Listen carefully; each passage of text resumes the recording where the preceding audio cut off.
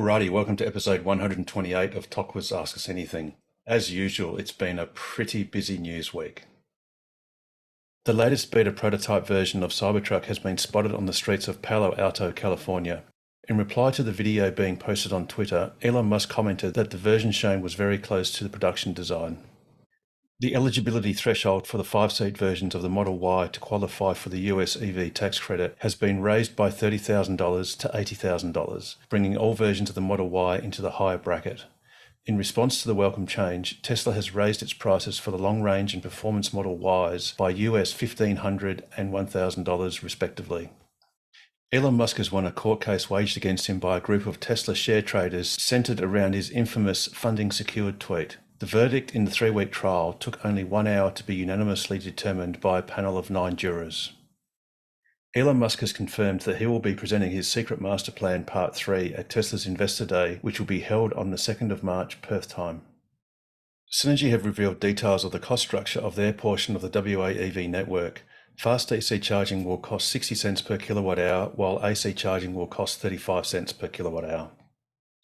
Tesla's service centre retrofit tow bars for Model Y will become available from tomorrow. Tow bar retrofits will initially only be offered to a select list of owners on an invite-only basis. Invitations will be batch released in order of when the owners first registered their interest on the Tesla online shop. Tesla will not be accepting booking requests without the owner first receiving an invitation to do so. Tesla anticipates opening orders to all owners once the initial backlog of orders has been processed, subject to stock availability and service centre capacity. And that was this week's news.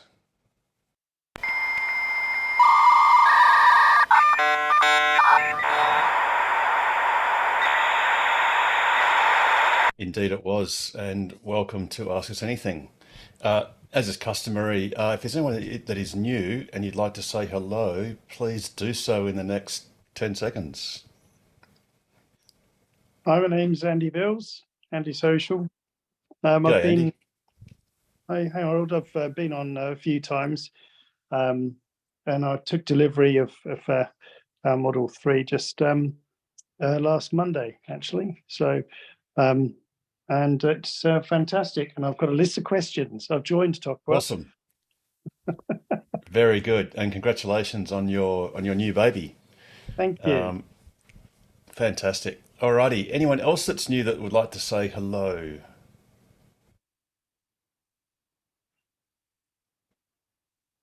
Harold, I just wanted to Oh, welcome, Pete. mention Tell us about you and your new car. Oh, Wouldn't it's be surprised. a new car every week. It's different every week. All these new features.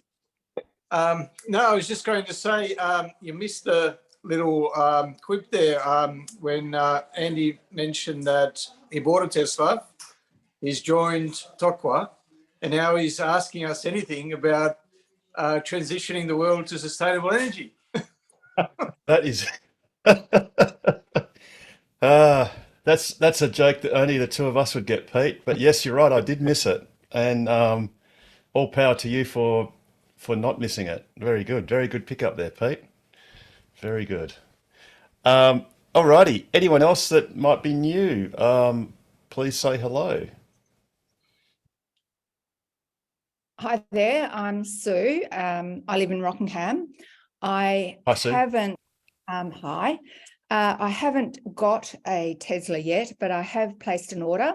So I've got maximum leverage at the moment into learning as much as I can about a Tesla, going from knowing nothing to knowing something by the time I take possession of it. Very Can't good. Which one have you got? Which sort of car did you order? I've got the one that's featured in the AFR on the 4th of February last weekend, which is the blue, and I've up-spec'd for the wheels and, well, obviously the colour. Yeah, still got the black leather in.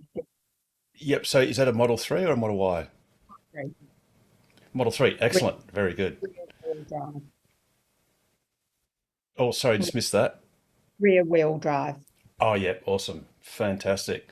Well, you've definitely come to the right place to get all the information you need. A good thing for anyone that's new is don't try and learn everything all at once, because it just becomes overwhelming. just sort of pick it up in little pieces as you go along, because someone like me or Pete or many others in the room could just start talking about Tesla for 3 hours, and then by the end of it, it would all just be a big blur. But obviously, just pick things up sort of slowly, and yeah, it's going to be great. Do you know when you might be getting your car? No idea. I only ordered in January, so I'm expecting probably April or May. Yep. Yeah, I think from memory, I think it is actually April, May or April, June, I think, for the Model Y, and Model 3 is similar. So yeah, Okay. it won't be too long. And the No, great no. thing is, the one thing that, as much as it's painful to wait, once you get your car, all is forgiven. And you just end up starting to enjoy it straight away. So time does pass. Thank But you. Susan, welcome, Sue. Yeah. Hello. Susan, Yes. you're in Rockingham. I live in Baldivis. I've got a Model Y.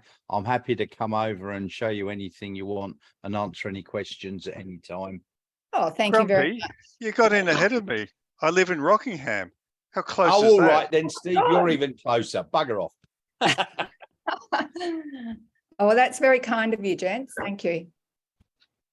I'm pretty Alrighty. sure that Nigel won't show you his free charging spots, though. He keeps them secret.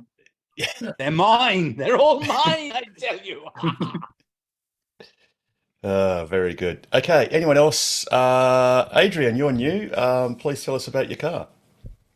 Yes, I've got a blue Model Y, which I've had since just before Christmas. I'm really happy with it. Fantastic. I've attended a few of your excuse me, a few of your meetings, but not spoken before. I was going to ask a question about tow bars, but you've partially answered it with your introduction. What I was going to ask was, has anybody had an experience of getting a Model Y tow bar from Towlink? And is there any disadvantage in terms of the electronics if it's not a Tesla one? So James, he can describe his experience. I can jump in before James does and just say the only slight disadvantage at the moment is that you don't get tow mode currently for the aftermarket non-Tesla tow bar. But James, yeah, how was your experience with what you got? Guys were absolutely fantastic. They've done a great job. Tow bar's really good. Everything works really well, but obviously we were in a hurry to get one. Would have waited for the Tesla just for the integrated software part. So we'll see what comes from there. I'd probably recommend wait for the Tesla one. I'm interested because I've got I put the request for one, so I'll see if I get an option. I might even upgrade if I can't get the tow link going. Adrian, the disadvantage of not having the Tesla tow mode enabled is when you're reversing with the trailer, it will get quite annoying because your reversing sensors will start beeping because they'll think that you're reversing into your trailer, and they will just keep on beeping while you keep on reversing. So that can get quite annoying. The other advantage is that I think it's slightly cheaper. It's $1,970. Yep. Once it's available, and like I said in the news, that news literally came out just a couple of hours ago.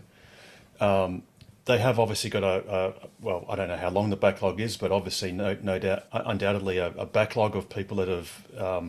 If you look on the website, you can basically click on the link that has email me when this item is available to order. So, actually, sorry, I'll just tidy. Yeah, I did that when I ordered the car way back. So I'm hopeful I'll be fairly high up the list. Yes, so that is the trick, is to actually click on the link to put in your email address to be notified. Now, as I said in the news, Tesla will get to a stage where all of their backlog has been fulfilled. There's a couple of issues. They've got to sustainably feed the service center, those jobs without interfering with other service activities, and also the guys get pretty busy from time to time when there's a delivery rush, because it's basically all hands on deck to deliver cars, which is obviously Tesla's number one priority. So they are sort of going to go through the list in order of oldest to newest, and then eventually it'll get to a steady state where you can just go to the shop, order it, and then probably schedule it nearly straight away. But that may take a bit of time and some patience for people eagerly awaiting for tow bars. But there's a slight price advantage, and there's also the functional advantage. Yes. But it's just Okay. that, people like James just had to go and get a tow bar, 6 months ago, because there was no alternative at the time. Okay. Thanks for all that. Good advice. So Harold, are they? How you're talking about the order and stuff like that. So they send an email. It'll probably be Leonie again, since it's her car. If she doesn't answer straight away, is it going to be the same thing as what happened with our delivery, where we get pushed back, or are they going to ring or something? Or No, as far as I'm aware, No. there'll be an email sent out, okay, and then when you've got your email, the email will say something like, "Hey, please make contact with us." Yep. I'm not sure. The email I got about it didn't sort of specify whether you would ring service, or probably more likely just book it through your app.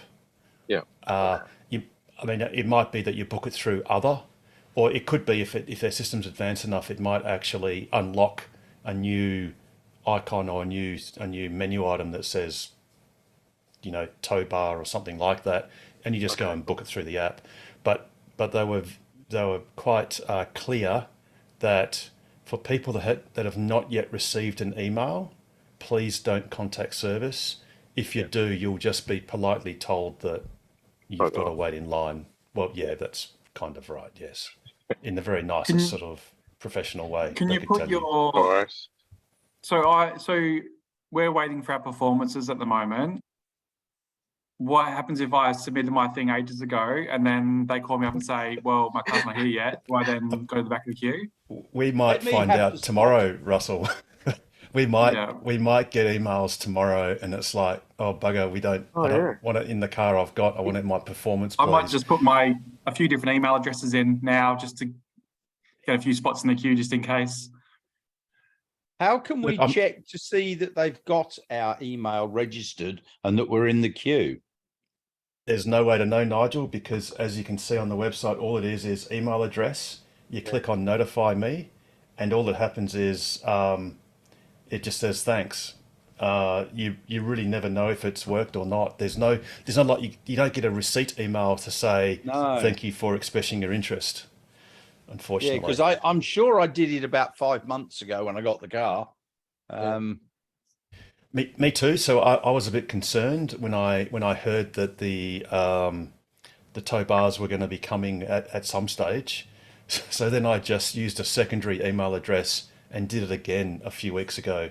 So I dare say there'll probably be 2 emails, but that's fine because I've got 2 cars, so you can always, it'll be okay. But look, I don't think there'll be an issue with. Did they reply to the first email or the second email address? No, there's 2 separate emails. So all that. One email so far, haven't you? Have you got one email? No, I've given them 2 emails, two no. email addresses, because I was concerned that if I used the same email address, it might go to the end of the queue, or I didn't know how that was going to be handled. So to prevent that from happening, I used a secondary email address and submitted that form a couple of weeks ago. Or whenever. You haven't had an email at all yet, though, Harold. Sorry, Nigel? You haven't had an email to say No. can go and have it fitted? No.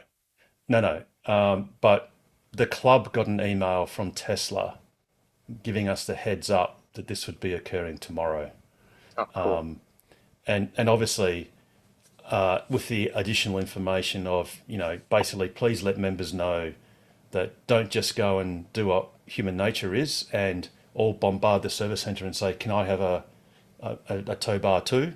Because unless you get an email, you're just wasting your time and their time, because The only slots that will open up are the ones that have been opened in their system So, that are replying to emails. how much do you reckon I can sell my spot in the queue for? Well, James has already expressed interest, so James is on the market. So yeah. So they're going to know if you've got a Model Y or not as well, because I was a cheeky Paul, bugger. I don't know that. I don't know. They may not. Okay. They might not, Well, because then I might have one as well to sell, because then I'll bring my. I'll say I've got a skinny Model Y here. Can you still fit it? It's the same hitch. that's right. You just take it in and go, look, I know it looks like a Model 3. It's just been in the wash too many times and it's shrunk a bit. It'll be It shrunk okay. a little bit. Yeah. Sorry. Yeah, nice try. But anyway, I'll let Leanne know. Moving right along. Moving right. But yeah, we won't know. Move But on. yeah, I mean, you go on. Just remember, it's trailer mode, not tow mode. Two separate things. Oh yeah. So people that are looking for it, look up trailer mode. Apologies. It's trailer mode. Yeah. Good point, James. There is actually a tow mode that all cars have, but that's the mode you need to. It basically puts your car in neutral so that it can be towed on a flatbed without locking up the brakes in park and stuff like that. And I think it also doesn't set the alarm off when it's being lifted up while it's sort of stopped. Alrighty. Now we obviously saw this image. This one here, which is pretty cool, and it actually goes directly. It speaks directly to Elon Musk's third master plan part 3, because if you have a look closely, you can see the side of a whole lot of cars. Wow. Now that is actually, that image has been made up. Oh, that worked well. Bugger. Sorry. I'm going to have to find that image. Just go to your Sorry. Harold. 2 seconds. Yeah, go, Pete. I was just going to say, just go to your tweet. Yes, no, not that. I don't want the tweet. What I want is actually the actual other image where where that image came from. Here it is. And it's this one.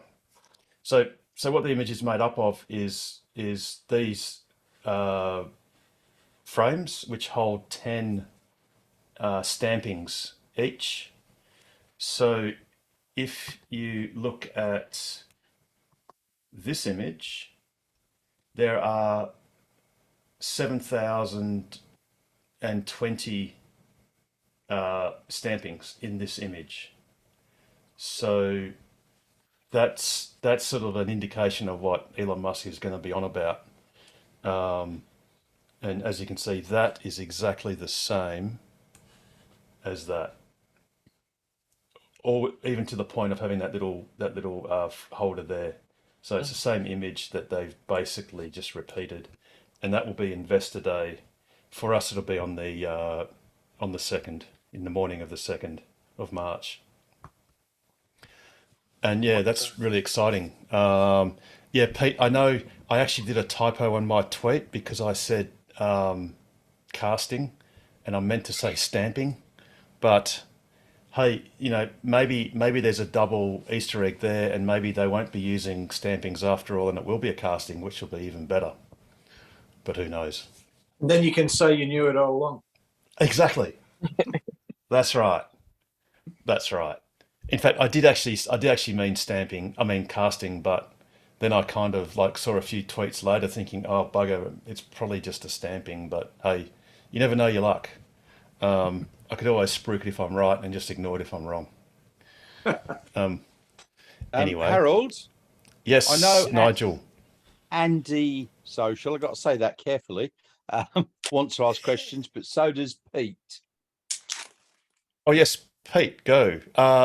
Oh, you said Pete last, Nigel, so we'll go off Pete first and then Andy social. Hello.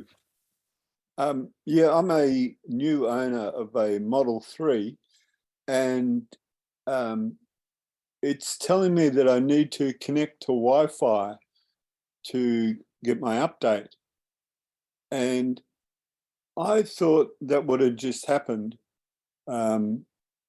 through it being online as you're driving around through the same connection that connects you to the internet and such. So what's happening there? Yeah, so that is sort of true. If there was a critical update, a safety update that needed to be sent, then Tesla would do that through their own network inside the car, the GSM network. And also, if there was like a service issue, Tesla can push an update over the air.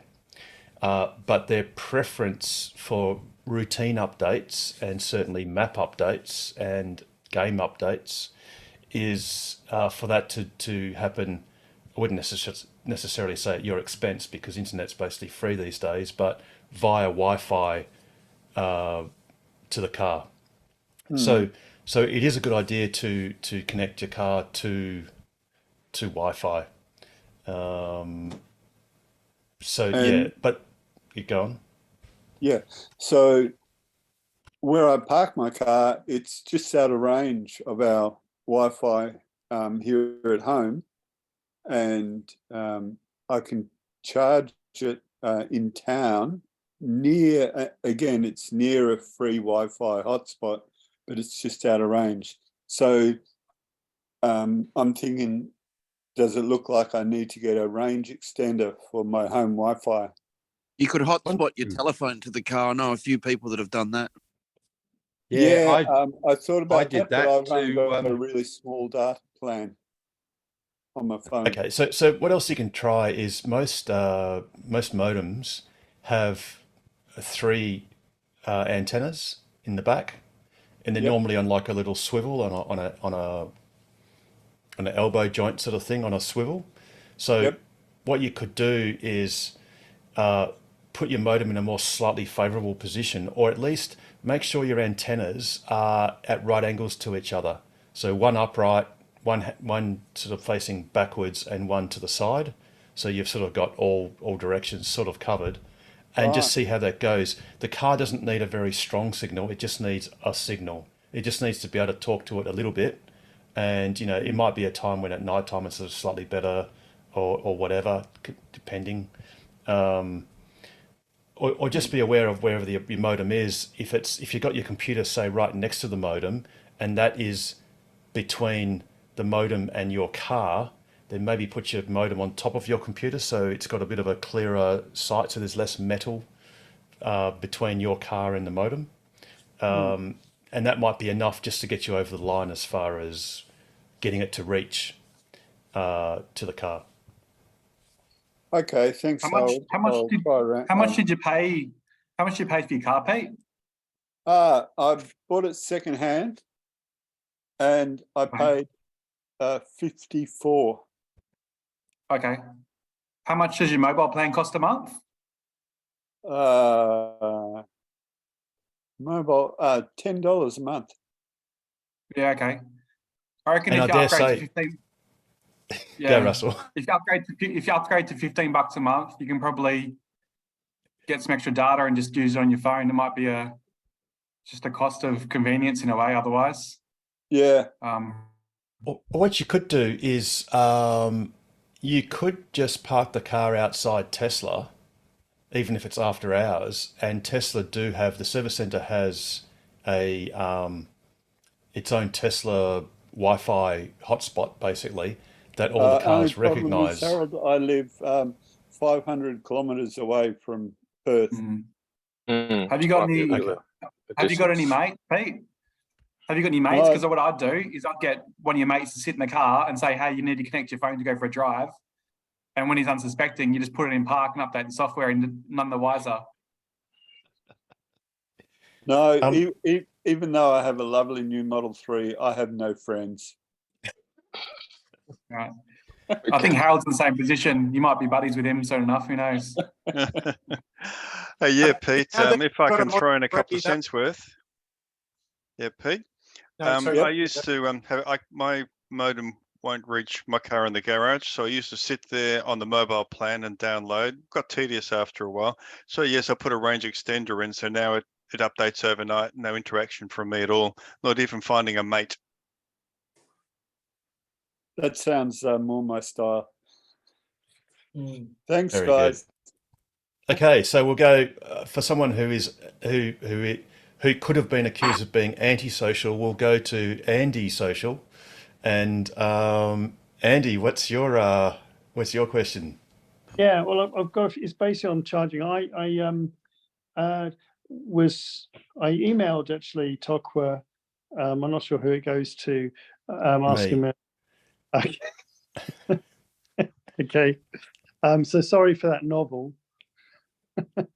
No, that's okay. I haven't read it yet, so apologies. So we might as well listen to it live now.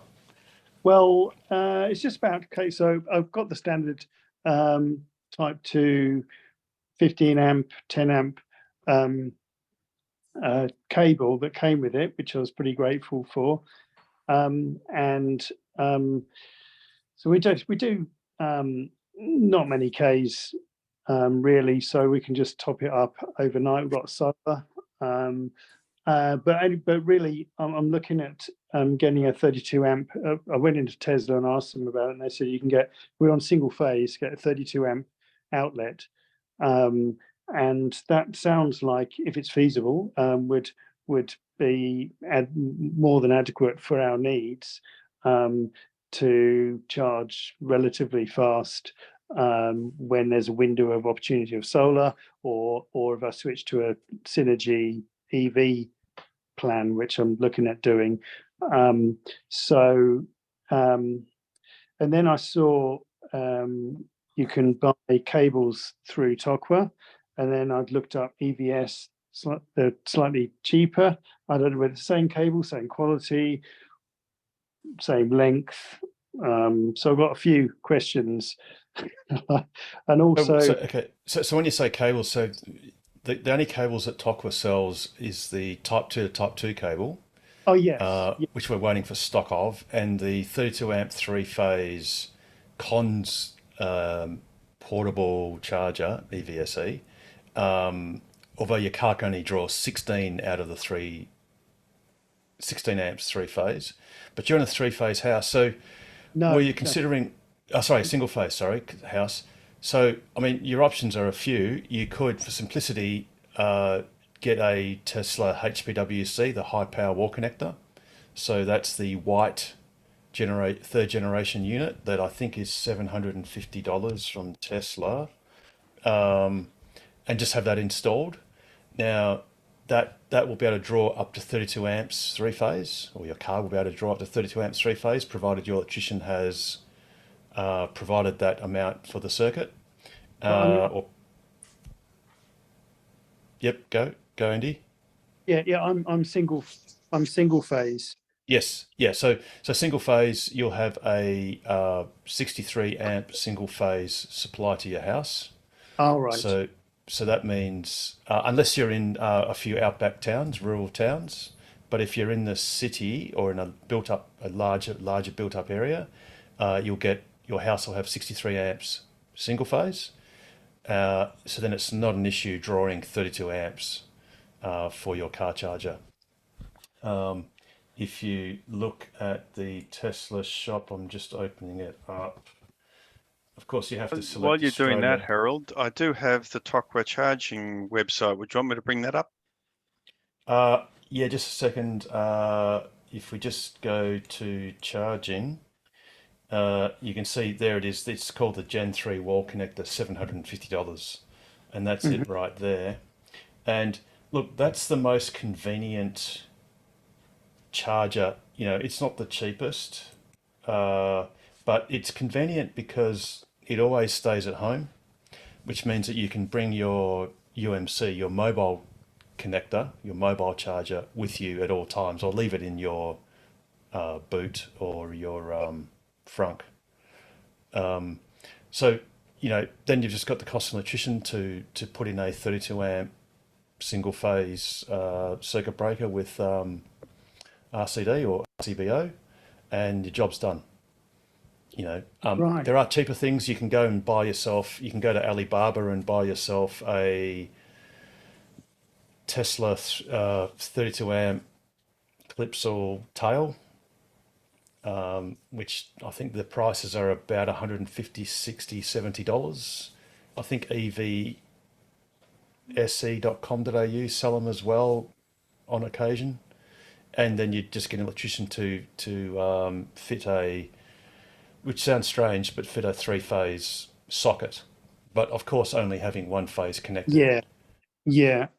Okay, that's confused me a bit actually, because I thought, wouldn't it be cheaper to get just a 32 amp outlet than I was moving away. I was thinking, okay, I don't need a Tesla branded charger. I could just get an electric with a 32 amp outlet and then get a 32 amp tail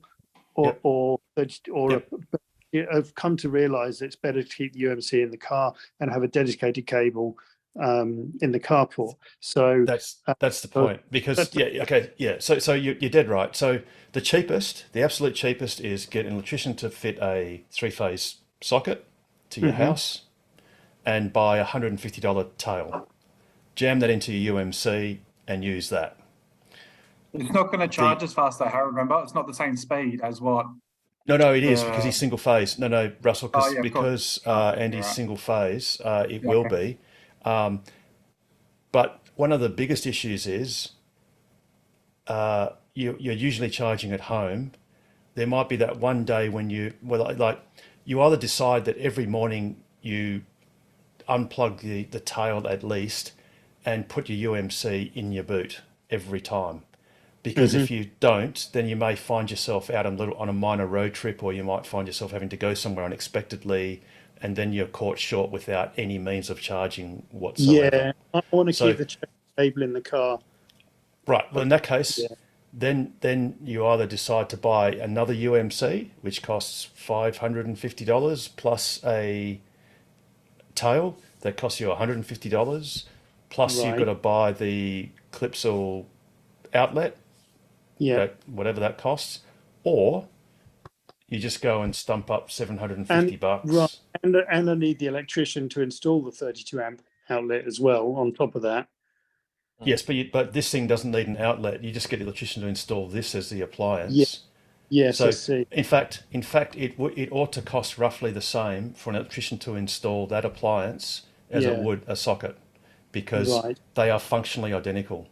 I'm sorry, James, you've got your hand up. And you're muted. Is it okay for me to share my screen? I've got the costs that it costs for a 3-phase. And I think the Tesla's a better way to go. Okay, we'll risk it. I hope it doesn't mess up the video. If it does, apologies, everyone. It's James's fault. But go on, James. Let's give it a go. Obviously, it makes sense to try and do that. Can everyone see my screen? It's coming. Yeah. I've got the 3-phase plug, and they're the costs. So there's a lot of hidden costs that you have to see. So the plug itself is $38. But for that plug, I had to put in a new breaker for that plug. Mine 3-phase, but that's not $100. And then I needed to upgrade my main breaker. So all in all, and it's very good because it's handy, because I use this for other equipment that I get at work. But the other problem you've got is, you said you want to charge a solar when it's available. I'm drawing 7 kilowatts. My solar can only put out 4 kilowatts. So if I'm charging it, and I've done it once or twice, if I'm charging at 7 kilowatts, then in my situation, 3 of that's coming from the grid, not from solar. So the best thing for solar is just 15 amp. Just turn the amps down in the car to come down to 3. I wondered that. You might as well just use your 15 amp. Yeah. So one thing, we don't want to confuse Andy, because there are, or anyone else for that matter, there are 2 very different situations if you've got single phase house or a 3-phase house. Some have advantages, some have disadvantages. If you want to dribble solar into your car, then the best setup is single phase, but you cannot really set up a single phase charging setup in a 3-phase house. And we'll just put that aside for a moment as a thought, but Well, you generally, can. If you use a UMC, you can. Oh, sorry, yes. Oh, yeah, you're actually dead right, Russell. So if you want to draw just 2.5 kilowatts, which is actually not bad for most people's 5 kilowatt solar system, then yeah, you're dead right, Russell. You just use your 10 amps or your 15 amp. You can use the 15 amp socket of your mobile connector, which everyone this quarter will be getting for free in their cars, regardless. And for that, you'll actually be able to put in 3.6 kilowatts into your car, which is ideal for solar.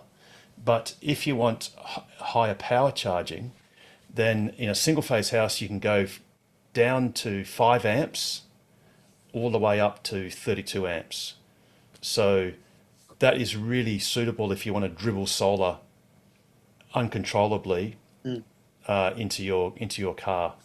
If you've got a 3-phase house, then you really need to use a 3-phase charger, because if you use a single phase charger and go up to 32 amps on that single phase, by definition, you then are in violation of Western Power's grid rules and regulations, because it means that your that one phase is already not overloaded, but it's at maximum capacity. And by definition, there will be other loads connected to that phase, lights, power points, whatever. So then if it seems like it's the neatest, simplest solution for me I could have best of both worlds, use the UMC if I wanted to have just dribble charging, but I'll just generally can boot. But the Tesla wall charger, whatever it's called, that sounds like a small, neat, simple solution for fast charging. Then does that open it up to, there's other brands like Fronius do Autopilot and that sort of thing. I don't know should I just go for Tesla? Is that painting myself into a corner? Or the Autopilot's expensive. I think it's yeah, well over it is. $1,000. Yes. And it's a bit okay. So here's the other thing. If you say that the 750 for a Tesla charger, let's call that the baseline cost, right? So, and there are a few other simple chargers at a similar price. But when you go into things that will automatically dribble solar into your car as chargers, there's the Fronius, the Autopilot, or whatever it's called, something similar to that. There's the Zappi, and there's a few others. But they all generally cost much more than $1,000 more than that. And then when you're paying, say, $1,000, what you're doing is you're paying up front for what you hope will be the surplus solar that you dribble into your car at some point later in time. So you're effectively prepaying for a saving in the future, which the payback period, if you are a 9-to-5 worker, Monday to Friday, it's going to take you a very long time to get that, because your car will only be at home on the weekends. Now, if you're working from home or retired, that's a different proposition. But still, again, you've already prepaid the first $1,000 to get this free electricity. So it's not free, it's just a down payment for something in the future. You also, if you're at home, you're often be using aircon, so you got conflicting use. So I can see it for me. I suppose I shouldn't really have meant. I've kind of discounted things like the Autopilot itself, but I know there's a host of other brands, and that have, I can't remember, there's some protocol that is OPC or something like that enables you to talk to chargers and so on. So I don't know whether it would be a mistake in the future to go for a Tesla charger now and go, oh, actually I shouldn't have got the branded one, I should have got a more generic one for flexibility in the future at the same price. There is an app called Tesla Mate, is it Tesla Mate?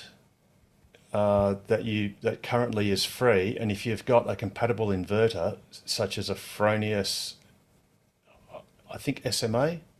I've got Fronius, yeah. Yeah. What you Charge HQ, Harold? Charge HQ. Oh, sorry, Charge HQ. Sorry, apologies, Charge HQ.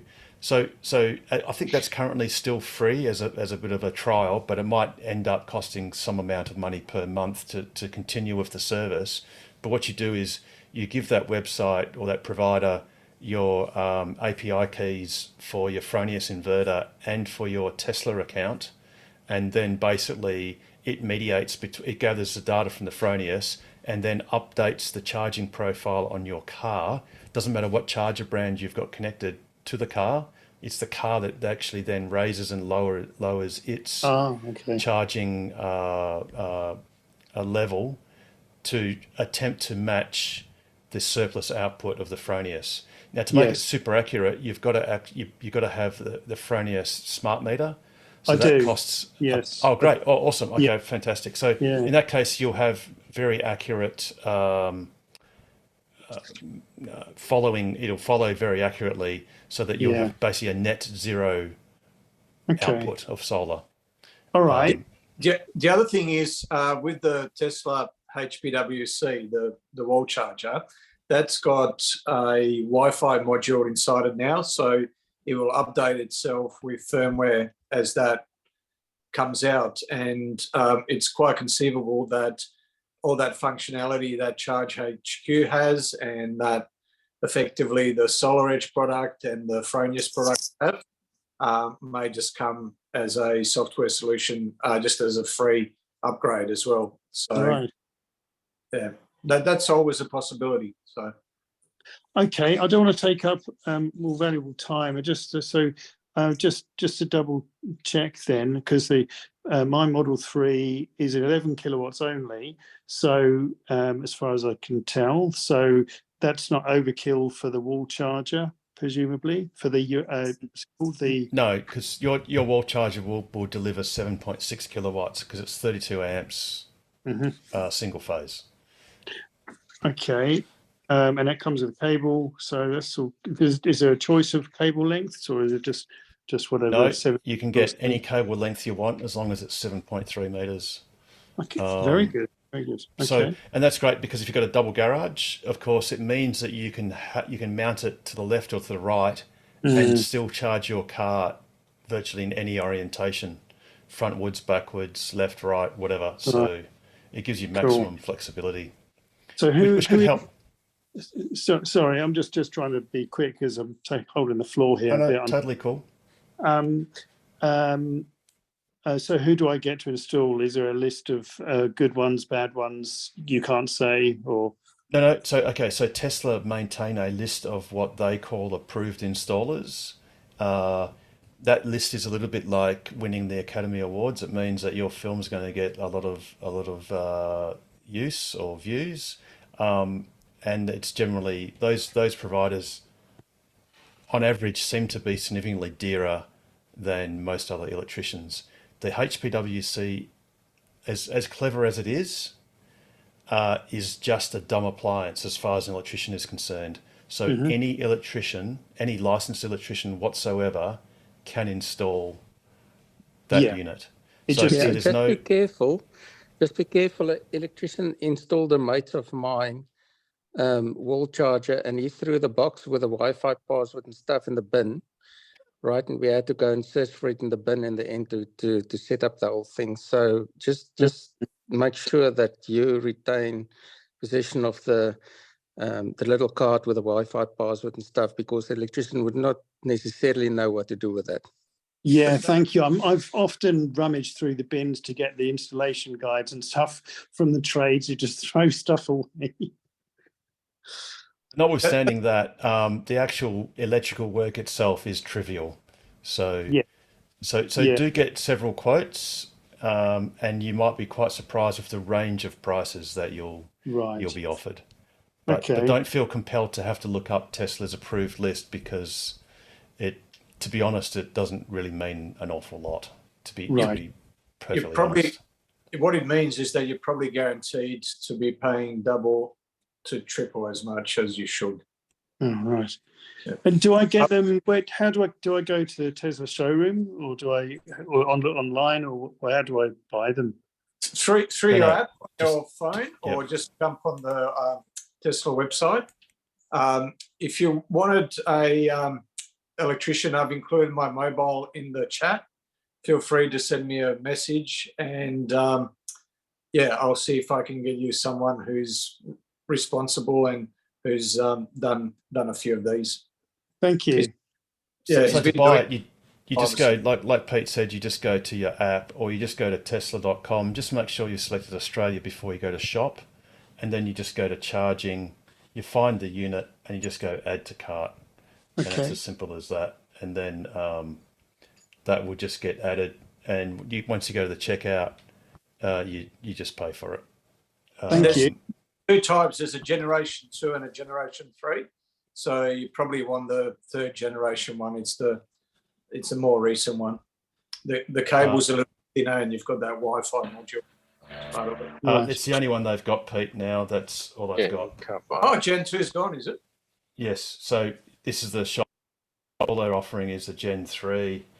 You can get an attractive, darker faceplate for a very reasonable $140. Yeah. Not. You could knock yourself out and get yourself a nice, attractive pedestal for only $430. Wow. And well, that's basically it. But yes, the Gen 3. So once again, like you said, you just add to cart and go to the checkout, and they'll probably already have your address from your Tesla account. Right. Just for completeness, Andy, it sounds like you've already made your decision to upgrade your output so you can have more charging. But for other people who potentially are listening, it's not necessarily required to do this to charge your car. So unless you're driving significant kilometers every day, there's no real need to upgrade from a regular 10-out supply. I think it's over maybe 200 kilometers a day is probably the limit.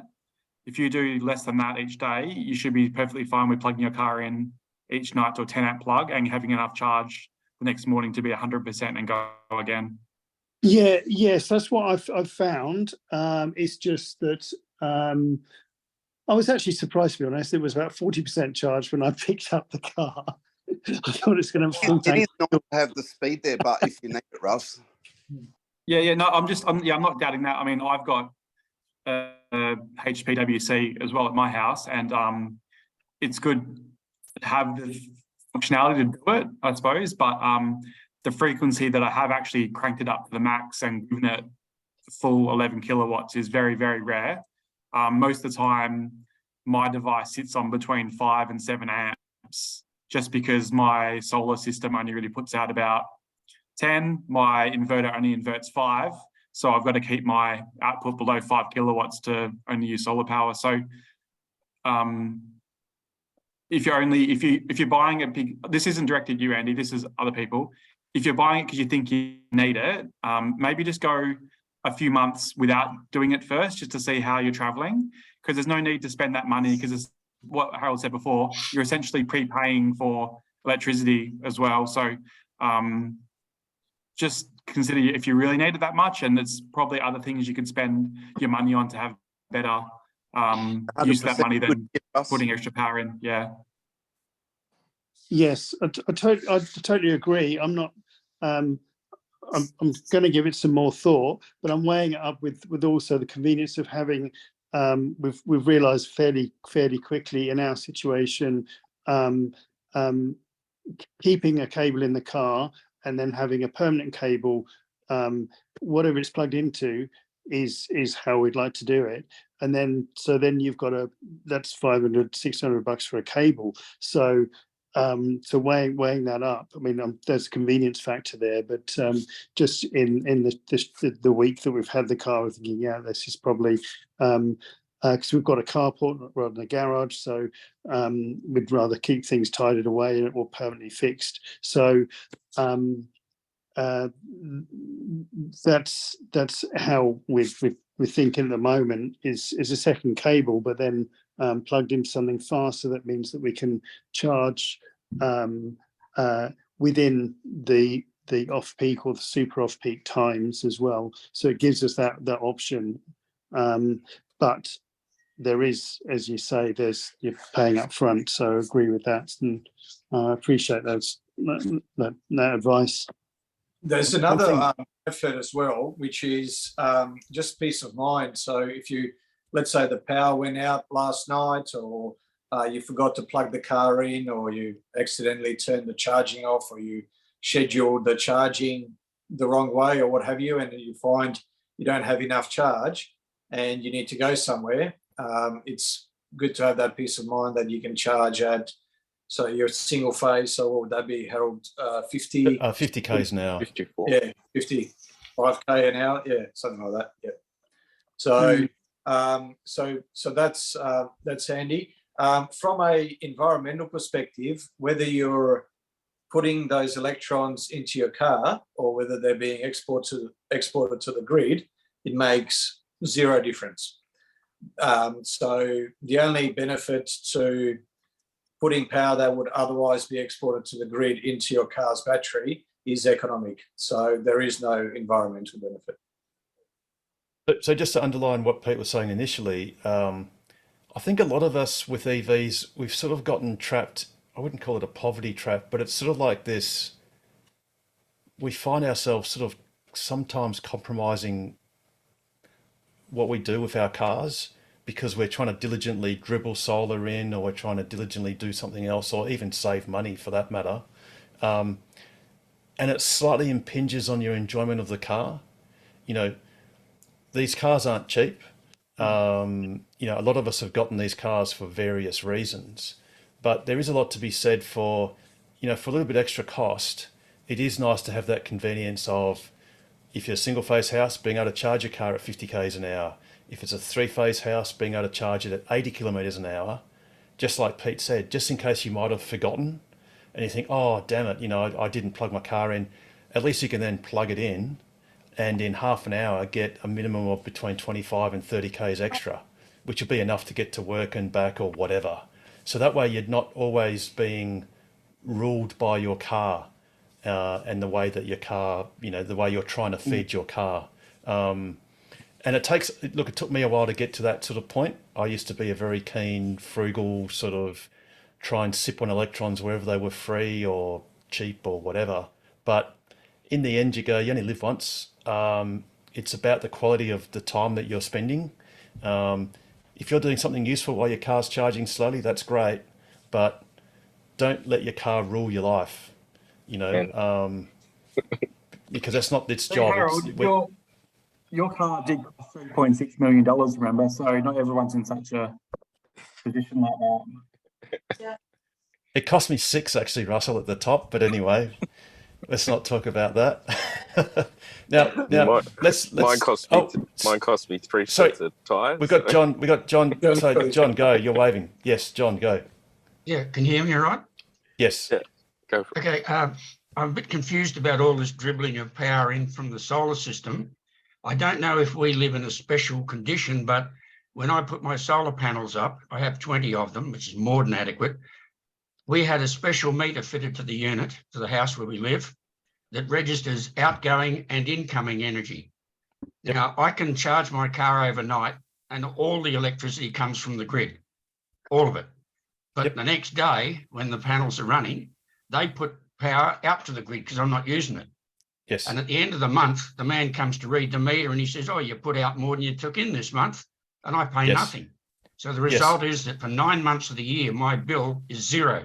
That's for air conditioning, car, the lot. And for June, July, August, I pay $20, $30 because I put out a little less than I used.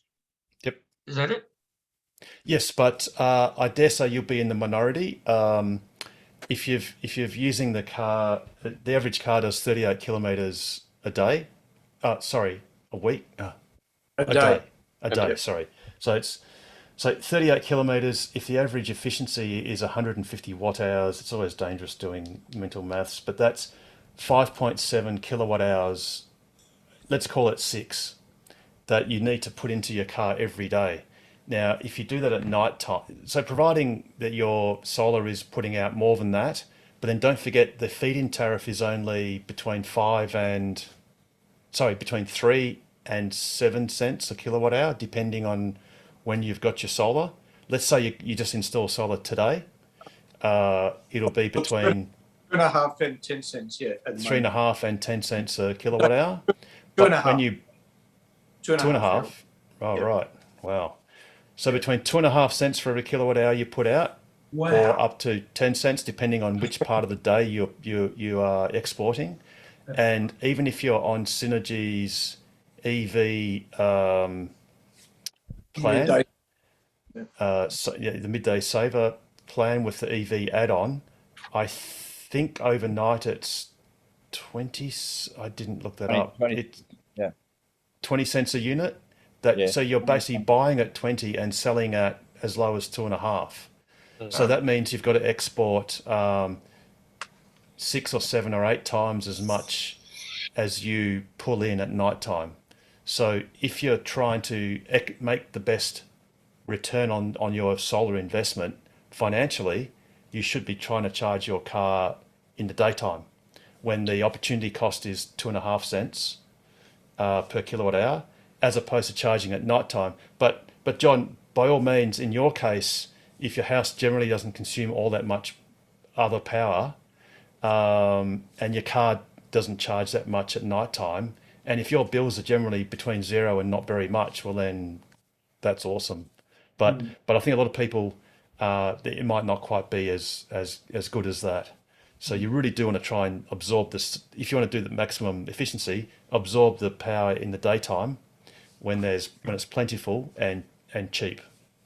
We must have a special situation here because we pay 26 cents a unit, 24 hours a day. Makes no difference when we use it. We get that's a flat nothing. tariff. We Yes. get nothing for what we give out. So as long as I put out more than I take in, there is no bill. And if I take in more than I give out, they charge 26 cents a unit for the excess. Now, 9 months of the year, I produce more electricity during the day than I use at night charging the car and everything else. So I get zero bill for 9 months of the year. So perhaps it's because we live in an Air Force unit and not out in the public. I just don't know what it's like outside. Yeah, You've I got think like you might a have a very different unique level. situation. Everyone else is going to have a smart meter that will know time of day billing. So what you're describing sounds like a meter that doesn't know what time of day it is, and it's just going backwards during the day, which mine briefly did before they came and replaced it. Now, we do have some that go both ways on the estate, but we were told we had to have these new meters, $400, I think it cost me to change it over. And they have two readings. One is a plus reading, that means power coming in, and one is a minus reading, which means power going out, or energy, I should say. And that's the balance they work on. But as I said, it's probably because we live on an Air Force estate, and that might be a private arrangement they have with us, the tenants. So, so that's very much an arrangement that pretty much no one else is going to get. Yep. Yeah. In fact, some of those. Yeah, go, Pete. You're part of what's called an embedded network. So it's essentially a private network, so it's not a public network. So anything that happens behind the Western Power Meter is the network that belongs to the Air Force Base. So it's not a public network. So you are very much in the minority, as Harold mentioned earlier. Thanks, understood. Alrighty, now let's. Yeah, Shane, I was going to get to you. So No, I've got a question at the risk of muddying the waters. I've never understood what the advantages of the Tesla, pardon me, the Tesla wall connector against the cones. Like I use my cones all the time, and I take it with me. And if I had a wall connector, I would have, the way I see it, I would have spent the same amount of money, but I wouldn't be able to take it with me. The one difference is convenience, that the wall connector will never be moved. It'll stay at home, and whatever you've got in your boot will stay in your boot, so that you never have to remember to do something before you go on a road trip. Or if you're out and about and you've forgotten to put the charger off your wall in your garage because you've got an unexpected trip. Like say you get a phone call, you're half an hour away from home, you get a phone call to urgently go to Mandurah or something. Then you may go, oh geez, I really wish I'd bothered to take my cons, unplug it out of my 3-phase outlet in my garage and shove it in my boot, only to have to, when I get home, take it out of my boot, put it back on the wall. You'd be able to do that anyway. It'll be stuck on my wall at home. Yes, so the point is, it's cheaper to have a cons, which costs a similar amount of money. Get an electrician to put a 3-phase outlet in your garage, and for you to plug in the cons, and then plug it into your car, and then in the morning, if you wanted to, unplug the cons from your car and unplug it from the Clipsal outlet of your garage, put it in your boot, take it with you, use it somewhere on the road, then come back home, take it out of your boot, plug it back into your house, plug it back into your car. Now, if you want to do that often... I don't ever do that. It's only when I ever do a road trip that I take it with me. Okay. Otherwise, it stays there. It looks a lot like a HP wall connector. It's not as pretty. It's granted, it's not as pretty, but it hangs there all the time until I need to go elsewhere. Yep. Shane, the thing is on the cost. So the cons cost $750, but that was because you got it obviously through the club, and the cheapest that you could find them at the time was $1,380 on the internet. So the only reason why they were $750 is because Harold, on behalf of the club, bought a whole lot wholesale, and because we're a not-for-profit, we just sold them to members at the cost price. But Harold, I don't know if you've got an update on it, but price is going up a bit. Yeah, it's getting dearer. So probably quite close to $900 if I think so once it's landed. Yeah. So even at $900 though, to be able to basically use it as a HP wall connector and then take it with me when I need to, that $200 worth of take it with me when I need to, that's great. I agree, Shane, and I've actually recommended exactly that to a few of my clients for whom it was ideal, who were doing, quite a few road trips. But with the proviso that you just got to remember to take it with you. And look, I'll admit we went down to Dunsborough at Christmas, and I've got the HPWC as well. But because I was lending out, that was the time when the UMCs weren't coming with the cars, and I was lending them out left, right, and centre. And I get to Dunsborough and I go and plug my car in, only to realise that I've left the UMC at home. So it was so frustrating because we were there for a week and I couldn't be plugging the car in overnight. And and I think I've got 5 UMCs, believe it or not, but I didn't have one in the frigging boot. So I had the cover in there before we left. I checked all my cables when, got the UMC in there, but didn't think to actually check to see if it's inside the cover or not. Pro tip, if you take a UMC out, so just quickly, if you take a UMC out of its cover, take the cover out of the car so you know it's not there. Exactly. Or leave it open so you can see that there's nothing in there. What you can do, if you really want, you can actually connect a 3-phase male connector to the outside of your HPWC and put it in the back of your car if you want. That will still work.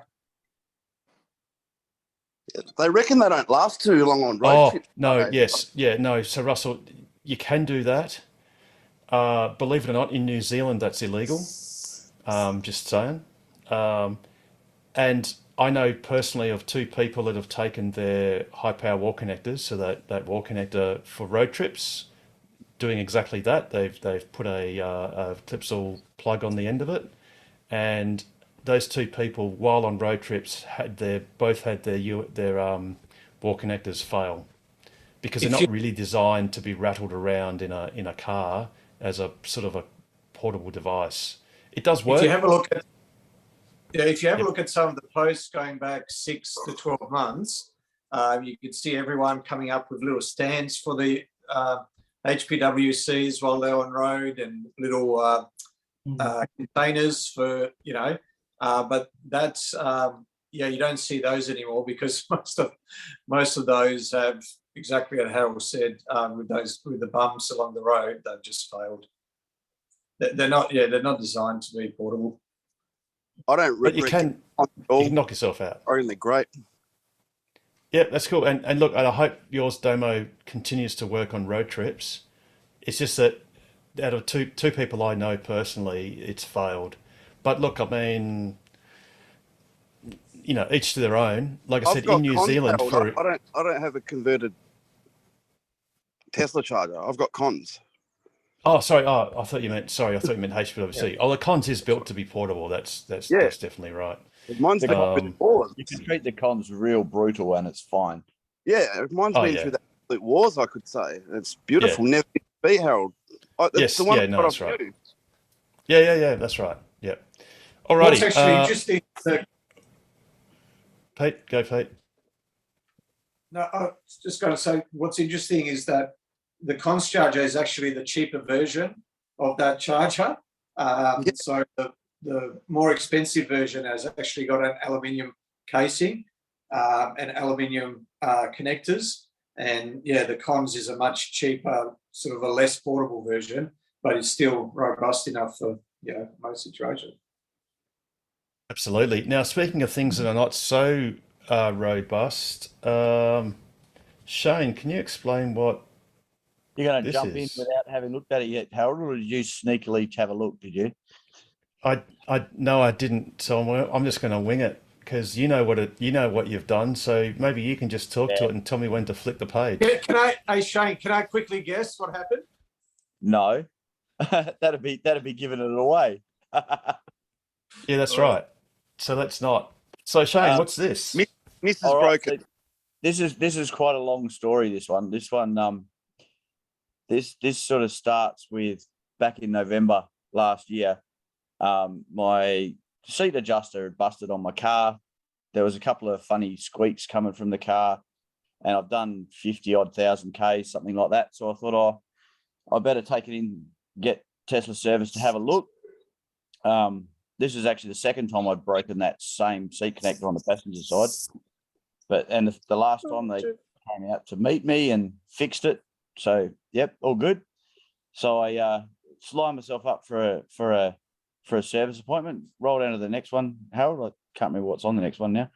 Yeah, so I set myself a service appointment and I said, look, it's done 50,000 Ks. Can you do a bit of an inspection as well, please? They did that. They found a couple of squeaks, or the cause of a couple of squeaks. One of them was the hubcap. There's a little bit of wire inside the hubcap that sits on a bit of plastic. A bit of plastic had been broken, probably by the guy that fit new tires on my car. So every time I went around, it made a little mousy kind of squeak noise. And apparently there was a bit of paint between the hubs and the rims, which is a bit odd. But anyway, they cleaned that up and fixed it. And they replaced an O-ring seal for me. They did an inspection and said there's nothing wrong with it, apart from I needed new tires, which I did not long after that. So all good. On to the next one, Harold. About, 2 or 3 weeks after that, I was at work, sort of mid-December, and jumped into the car to drive home, and this message popped up. And just enough time for me to read it, and then it disappeared again. And I went, oh, that's a bit odd. But I'm accustomed to ICE cars for a long time, and sometimes the oil light when you first turn the car on will flick on for real quick and then disappear. And usually you just get home, check the oil. Yeah, no worries. So I figured it was something a bit like that. But I had seen this message on some of the forums. People had talked about it and said that their car had stopped in a big hurry after seeing that. So when I first saw it, I was a bit scared, and then it disappeared, and I went, should be right. And we'll move on. Also, the next one, Harold. So okay. So after that, I do about 400 Ks a week with my commute, maybe a little bit more than that. So I've probably done 1,000 Ks around Perth, and then over Christmas I did this trip. all the way down to Albany and out to Bremer and back up to Perth again. So that's, what's that, 1,200 k's, give or take. Didn't see any problems. While I was down in Bremer, the last day I was down there, just after Christmas, this same message popped up again and did the same thing. It popped up, then disappeared. And I went, oh, that's odd. Hopefully nothing happens while I'm down here. But didn't really worry about it after that, sort of forgot about it, to be honest. On to the next one, Harold. So then I arrived back home, plugged my car in overnight, got up the next morning and went out to unpack the car, and I noticed that on my app that the car hadn't charged very much. And I was like, what's going on here? So went around to the side of the car, check everything's plugged in, and this little red light was showing. And I thought, oh, hang on, what's happening here? So I went around and piled into the driver's side. And as I opened up the door on the next one, Harold, we've got a whole stack of them here now. I saw that message, and then I saw that message. So software won't update, replace your low voltage battery, and then that message, which is the cabin heating's not going to work and the climate control needs a service. I was like, what? Hang on. And then the next message, and these were scrolling through like one after the other, and then started repeating again. And just started switching stuff off, and I was like, hang on a minute. So at which point I wound down all the windows and unlocked all the doors, and onto the next page, Harold. That's where I wound up. I wound up on a flatbed getting taken to the service centre. I was not a happy boy. My car basically turned into a brick, and I couldn't do anything with it. To finish unpacking the car, I actually had to fold down the back seats and climb through the back seats to pull the manual release on the boot so that I could open the boot to pull the gear out of the boot and things like that. So it was a brick. I wasn't going anywhere. So they fixed that, or Tesla fixed that. They gave me a loaner car for about a week. It took them to fix it. They replaced the battery. The main problem, as I was told, was that the PCS, the power conversion system, had an internal malfunction, whatever that means. Took about a week for that to come from Melbourne or somewhere or other, Melbourne or Sydney, I can't remember. And they fixed it up.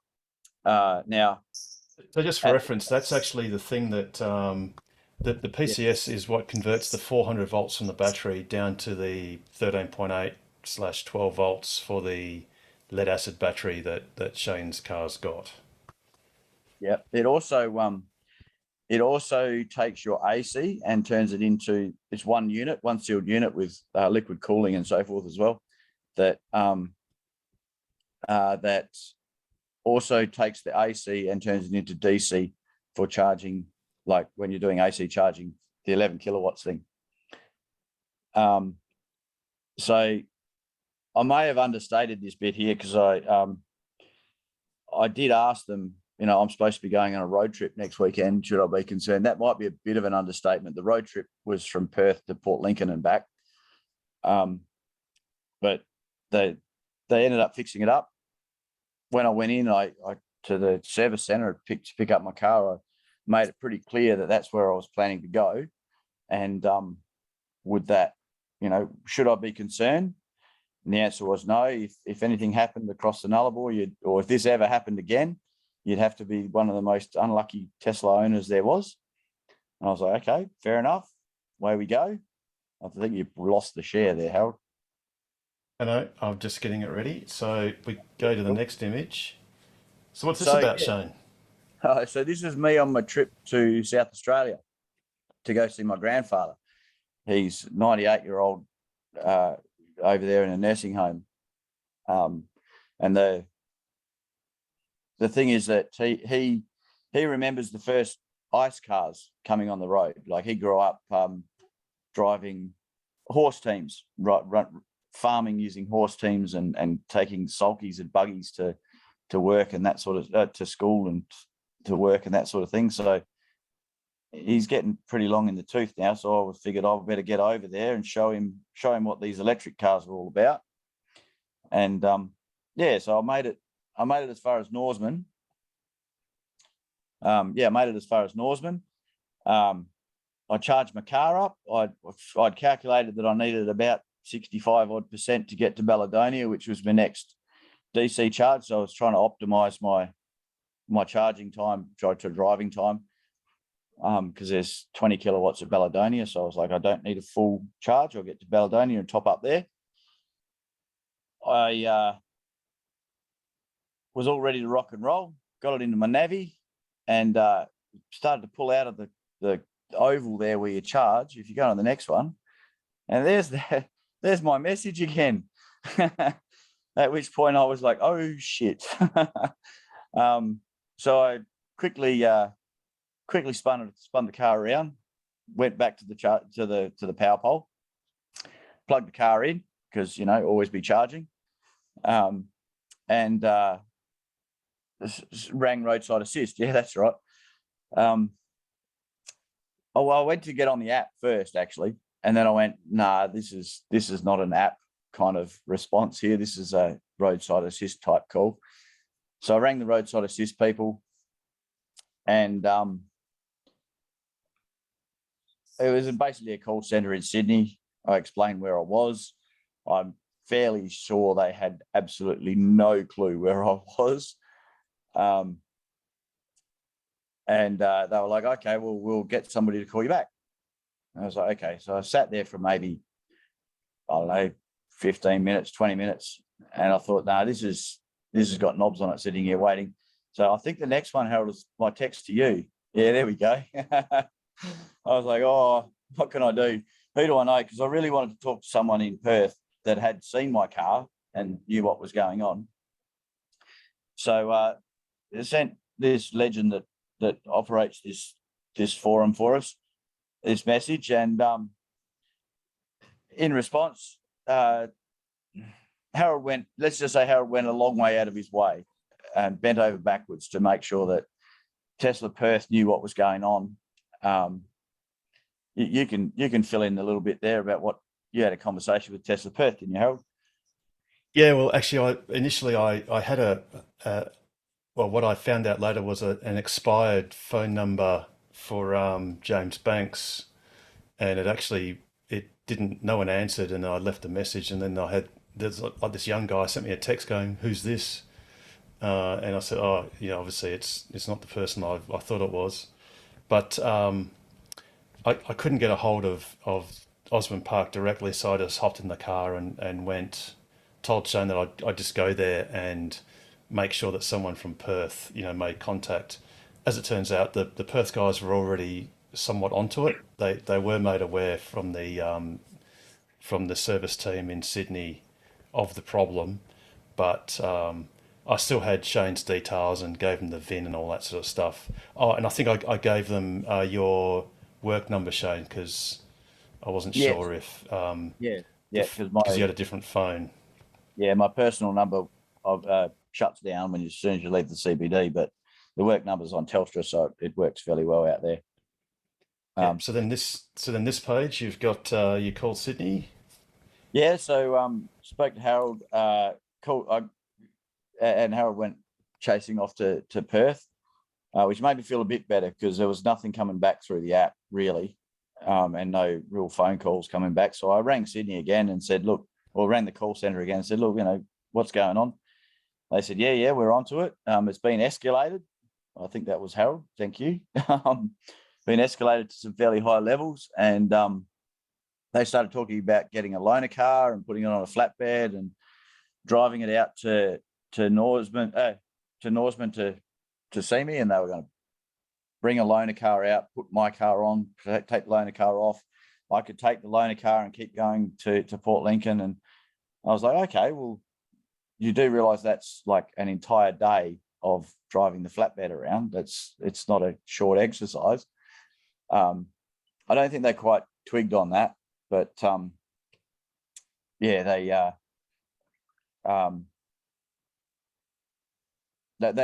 you were really annoyed because you actually got an email for a loan car booking. Not quite Shane. yet, Harold. Not quite yet. Oh, Bring up okay. again. Not quite yet. because then the next thing that happened was I think sorry, we'll go back one. So I made a note so I wouldn't remember.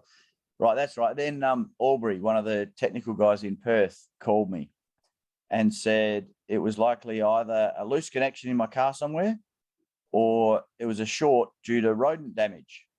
And I was like, okay, rodent damage, that's interesting. Now, at some point, I don't remember if it was someone told me or someone told Harold, and Harold told me that apparently when I had my car in for a service, they discovered a rat's nest under my frunk.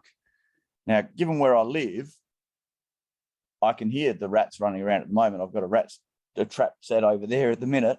So it's not out of, it's not out of reality that might be a thing. I think they told me and I told you, Shane. That's right. Why didn't but they never told you in the first Shane? place. Well, I wasn't told, and I actually think it's a load of codswallop. Actually. Yeah, well, that's what I'm saying. Like, why didn't they tell you when it happened, when they found it? When you picked your car up. Yeah, I had that conversation a little bit later on with them actually, but I certainly wasn't told anything about rats, and I've had a pretty good look over the car, and I can't find any evidence of rats anywhere. It's a complete red herring. But anyway, so I spoke to Aubrey from Perth, and Aubrey told me that it's most likely a loose connection or rats. Go and check these connections. So, go around open up the bonnet, have a look underneath, find your 12-volt battery, make sure that the terminals are, nicely bolted on, which they were. Pull out the back seat, which is pretty easy if you have never done it. It's just two little sideways clippy things and it pops off and you can see the main PCS and the whatnot under there. That red cable on the right there, that's one end of a fairly substantial 12-volt cable, and the red cable on the left up to the battery under the bonnet, those connect together. Basically, it's the equivalent of a fan belt for a Tesla, I guess, because the PCS is kind of your alternator and the battery's running everything else. So kind of the same sort of thing. Check those, no problems with it. Tesla Sydney have been talking about a flatbed and a loaner car, and I was like, okay, what's on the next one, Harold? There we go. Yeah. So they're talking about a loaner car, and I was like, okay, well, I'm probably just wait for the loaner car, but maybe I could get away with buying a decent sized 12-volt battery and hot wire it in the frunk, and that if my 12-volt battery is not charging, if I double up the capacity or triple up the capacity, I might get away with it. Decided, nah, I'll wait for the flatbed. So I booked a room in the local pub. I should have put a photo of the pub because she was pretty special. But pretty special room for $50. But anyway, started waiting. And then just as that happened that's the next slide. Yeah, I got that come. It's like, we've booked you a Toyota Corolla. Now, at which point I used the app to send a message to Tesla service or support or whatever, roadside or whatever you want to call it. Yeah, I wasn't. You should have seen the text that Shane sent me about the Corolla.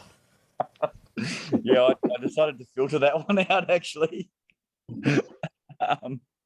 I was less than impressed, very much less than impressed. In response to that, I got a phone call back about half an hour later saying, oh, look, we're going to send you this flatbed. It's going to cost about $8,000. And I was like, yeah, right. And the rest, but yeah, fair enough. $8,000 for the flatbed, $1,500 for the rental car. And if it's anything to do with rodent damage, then it's my problem and I'll be paying for it. At which point I made the point that Damo just made. If there was rodent damage in my car, when you serviced it, why was I not told about it then, and et cetera, et cetera. I was quite stern, I think would be fair. So my options from there were like, well, if it's rodent damage, I don't at least if I'm closer to Perth, it's not going to be $8 for the truck. So I'll just start driving back to Perth. I'll fly and see my grandpa.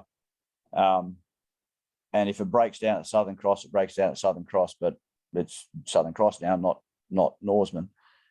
Or I could try and get hold of Aubrey again. But I didn't have a number for him. So as in Perth, Aubrey's the technical guy in Perth. So I called the call center in Sydney again and made it fairly clear that I definitely needed to talk to someone technical and could you please make that happen ASAP? And to their credit, they did. I think Aubrey called me back about 10 minutes later. I got into, I said to him, look, if this was an ICE car, I'd have this fixed and I'd be on the road again hours ago. So I just need to know, what does this error message mean?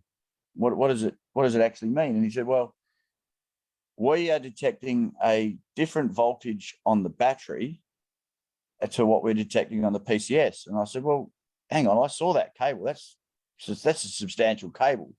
You've got to be pulling some serious amps through that to have a voltage drop across it.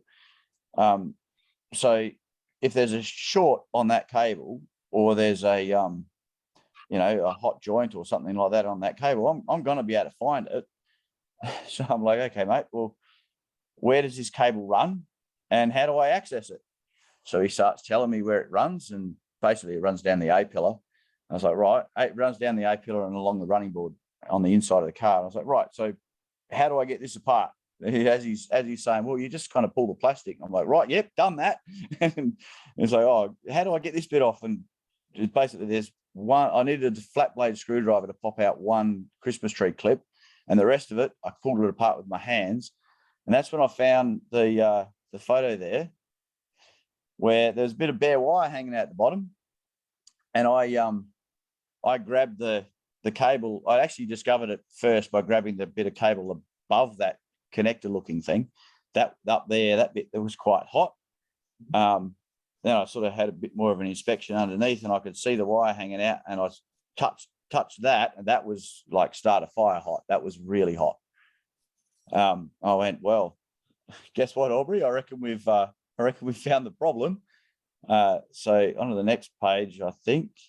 Yeah, basically I just sort of shoved it in a bit, and you notice there's two little clips. There's a light blue clip on the top and a dark blue clip on the bottom.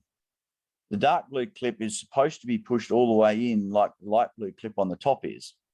But I would say since brand new, that dark blue clip was never pushed in, because I think if you go to the next one. Oh, hang on. Yeah, okay. So sorry, back up a couple. Sorry, back up.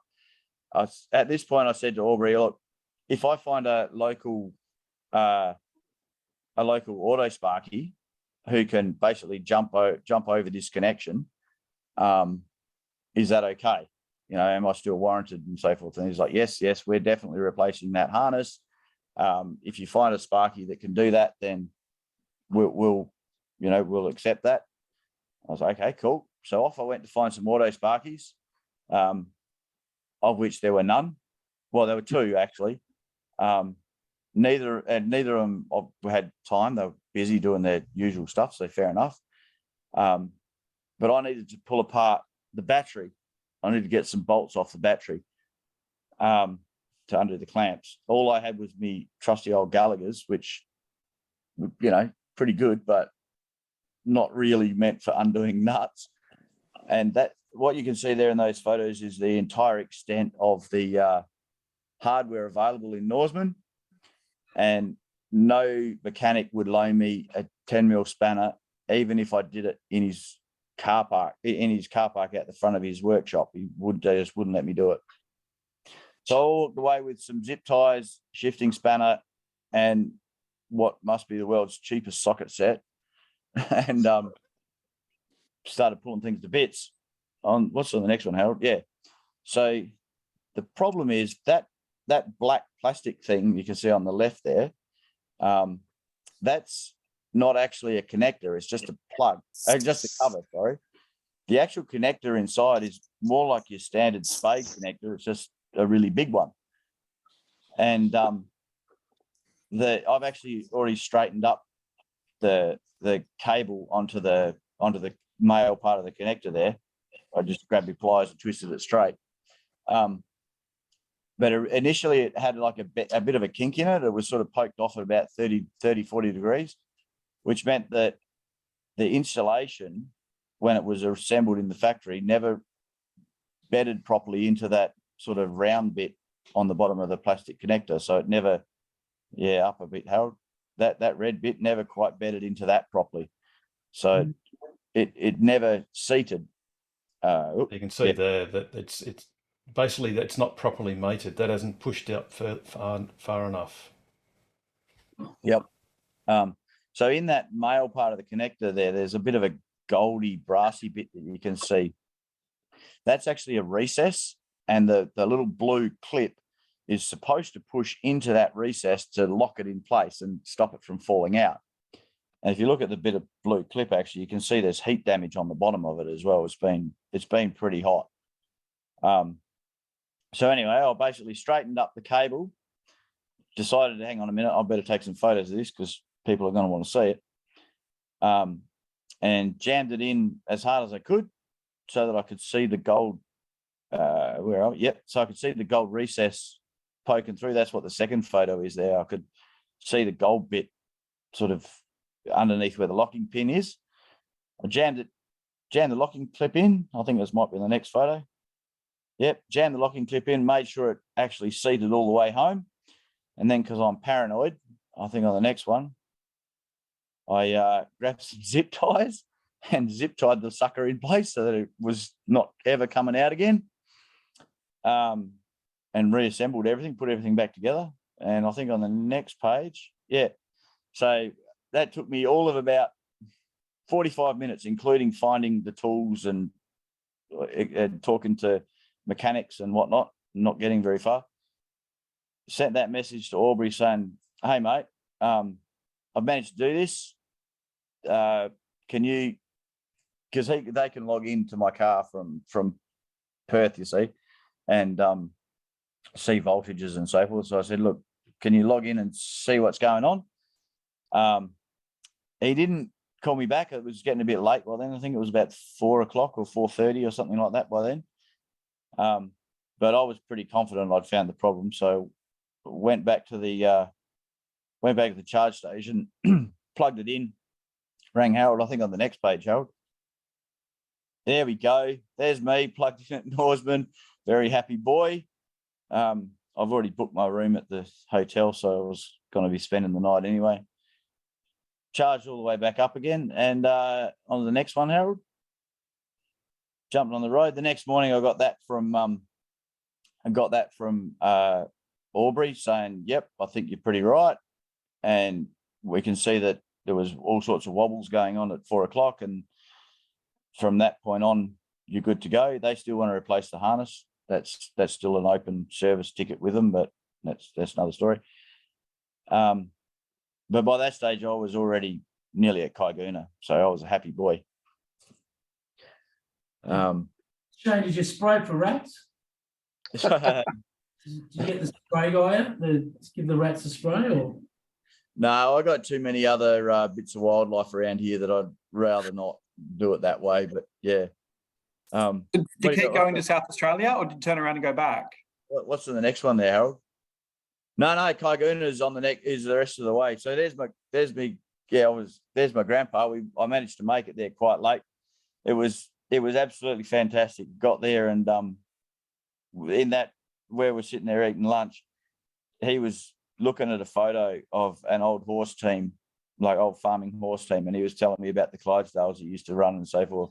And we spent the whole drive there and back, and he was like talking about my car and telling him all about that stuff. It was really good.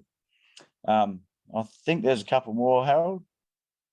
Hey, Shane, you should have told me, man. I would have hired an F-250 and a car trailer and come and got you, only charge you $6,000.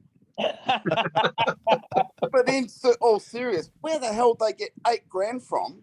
Yeah, I know, man. What's Norseman? That is ridiculous, man. But Damo, imagine sending a truck from Perth to Norseman and back. They charge by the kilometre. Yeah. Kalgoorlie doesn't have that. or rental That's car ridiculous, but you can send a car to Melbourne for $1,400. Yeah. Yeah, but don't forget a car. That's car carrier, different setup. That car carrier would have been, or yeah, sorry, I mean that tow truck or flatbed would have been a courier job, basically originating in Perth, going to Norseman, probably overnighting at Norseman with a rental on it. With a rental on it, taking the rental off, putting Shane's car back on, and returning it back to Perth. So that's going to cost you some bucks as a courier job. Yeah. That's Go crazy. on, eh? Shane. 8 So then you grand. got this. Yeah. You got this. So I got some messages back from Tesla service. And they basically keep bumping the equipment. They're ordering new cables and they can't get them. But to be perfectly honest, I'm pretty happy because the car hasn't missed a beat since, and with the zip tie, I feel nice and secure. The thing is, Shane, you've basically fixed it because it's highly plausible that this was never mated in the first place ever, as per. Whoops. Said they didn't spot it when they did the service, Shane. Well, I never looked at it, Jared, because they didn't go into this part. Yeah, so this was never mated in the first place. Yeah, and that would have been done at the factory, at the production line. That would have been a production line fault that was never noticed. Yep, and after 60,000 Ks, it just vibrated loose. Yeah, yeah. I can't remember what the next photo was there, Harold. Well, okay, then a question. Right, okay, we can come back to that one. We'll deal with that later. Okay, cool. Yeah. So can you imagine if this was your BMW, Shane? You're not going to go back to home base and they diagnose it from 1,000 kilometres away. You're stuffed. So well fixed. I think it's brilliant. 100%, Dr. Cooper. Brilliant. I was most impressed with Aubrey because as soon as what I found was once I realised that they were potentially going to try and charge me nearly 10 grand, and I was pretty grumpy at that point. I said, look, I just need to talk to a technical person. Once I got onto Aubrey and he started explaining what he could see at his end, I could go, right, that, we can work with that. He starts telling me how to pull things apart. I pull things apart and we find the problem. Like it really took. So was it the rats that pulled that little blue clip out then? Is that what Tesla said? Yeah. No. The answer back from, there's a bunch of messages to Tesla service in between there that I skipped out where I sent those photos that you guys have seen. And the head service guy in Perth apparently looked over Aubrey's shoulder, took one look at it and said, yep, that's our problem. Like straight up just went, yep, that's our problem. And one good thing that Aubrey actually explained, and it shows how clever these cars are, is there's actually a voltage sensor at the PCS, so at where the power is created in the top penthouse of your battery pack. So they very accurately measure the voltage there, and they also very accurately measure the voltage right near your battery, which is at the other end of that cable. And then obviously if they find there's even a slight difference in voltage, it means either that there's a bad connection. So if there's a loss of voltage at high current, that energy has to be going somewhere, and it usually goes somewhere as heat. So there's a fault. Or if there's a short to ground, again, you're directing current and losing voltage along the way. So the car is really safe because it actually knew that there was a problem, and that's why it was basically shutting down. Because that cable is a pretty substantial cable. I don't know how many amps it can shove, but it's a lot. It could easily have started a fire, but the car did detect that there was an issue and said, "Nah, we're going to shut down before we have a fire." That's brilliant. You don't get that on a Corolla. Previously, when you brought it in the first time, in the Corolla either. When you brought it in the first time and they replaced those other parts, was that a result of that being damaged, or was that completely separate? Depends who you believe. I have my own beliefs, but I was told that the initial problem was that one of the phases of my AC charging part of the PCS wasn't working. Because remember, it does the AC incoming to DC charging of my battery as well as the DC to DC for the 12-volt system.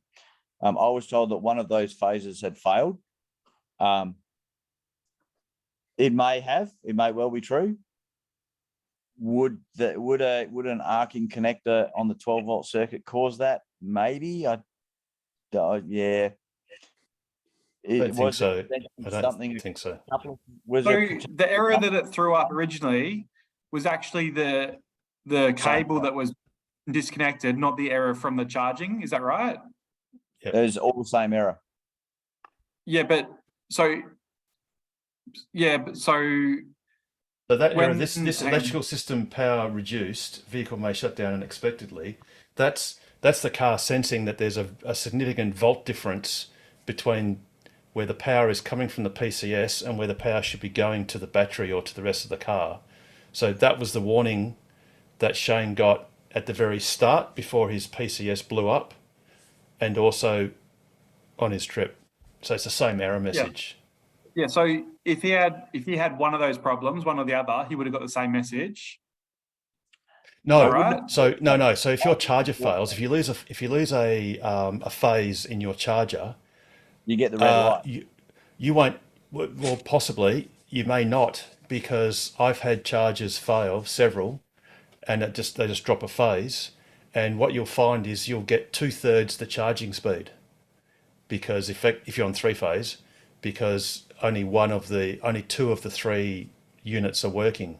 So I actually think the PCS, if it did have a phase failure on its charging section, AC charging section, I think that fault was distinct from the fault that it wasn't charging the 12-volt properly. I reckon they had 2 failures, but they probably just saw the phase failure and just went, oh, well, the phase failure is, the PCS is stuffed, let's just change it.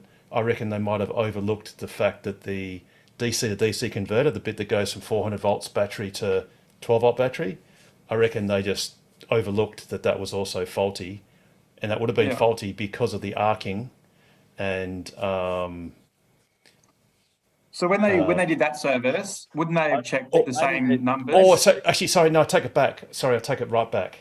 The DC to DC, I think, was not. The DC to DC was working. It was okay. This fault here, this fault here came up because the spade connector was stuffed, right? So that's just a warning message. If the joint gets too hot, it just bricks the car, which is what happened to Shane. It bricked the car. But in fact, Shane, you might have had a phase failure and not noticed it, because if you're on 3-phase, all that happens is your car charges slightly slower. Yeah, I didn't. If I had a phase failure, it happened on the same night as that connector fell apart, like properly fell apart. Well, you can't have properly fallen apart. It must have almost fallen apart. But you wouldn't have noticed, Shane, because unless you look at the actual speed, you can't tell. I was getting 11 kilowatts in Bremer Bay because I plugged it into the pub to work it out, to just see that it was working. Yeah, no. When it actually failed at home. No, when it bricked itself. Yeah. When I got home, I plugged in and I was getting 11 because I arrived home on almost nothing. And then the next morning it wasn't fully charged. I was like, what's happened here? Which is where I saw the red light on my charger. And so that's when the phase failed. So it failed overnight. It had nothing to do with this warning message. This warning message is independent, because that's to do with the spade connector. But it just happens that the same subsystem was replaced. Yeah. That was throwing up errors, or at least the car was throwing up errors because of this connector, and it was just related to that thing they replaced. But Tesla didn't pull apart that connector because they don't touch. They wouldn't have been anywhere near that connector. That fault that occurred at manufacture. That was in Shanghai when it was built. Actually, was it Shanghai? Or was it when they did the work, and when you were aware of and they're logging into the car and seeing the difference in voltage, wouldn't they have done that check when they installed the new equipment into the car in the workshop and realised there's still something wrong?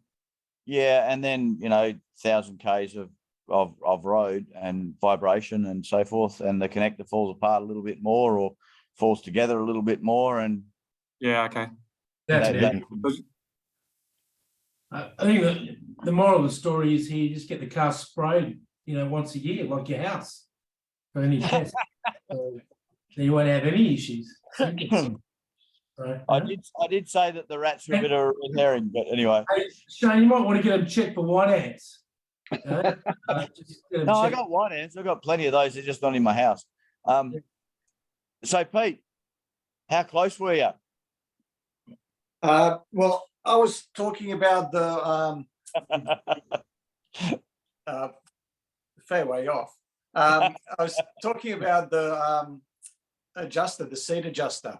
So, yeah, my guess was that a female would have kicked it with the back of the heel as she was getting into the car.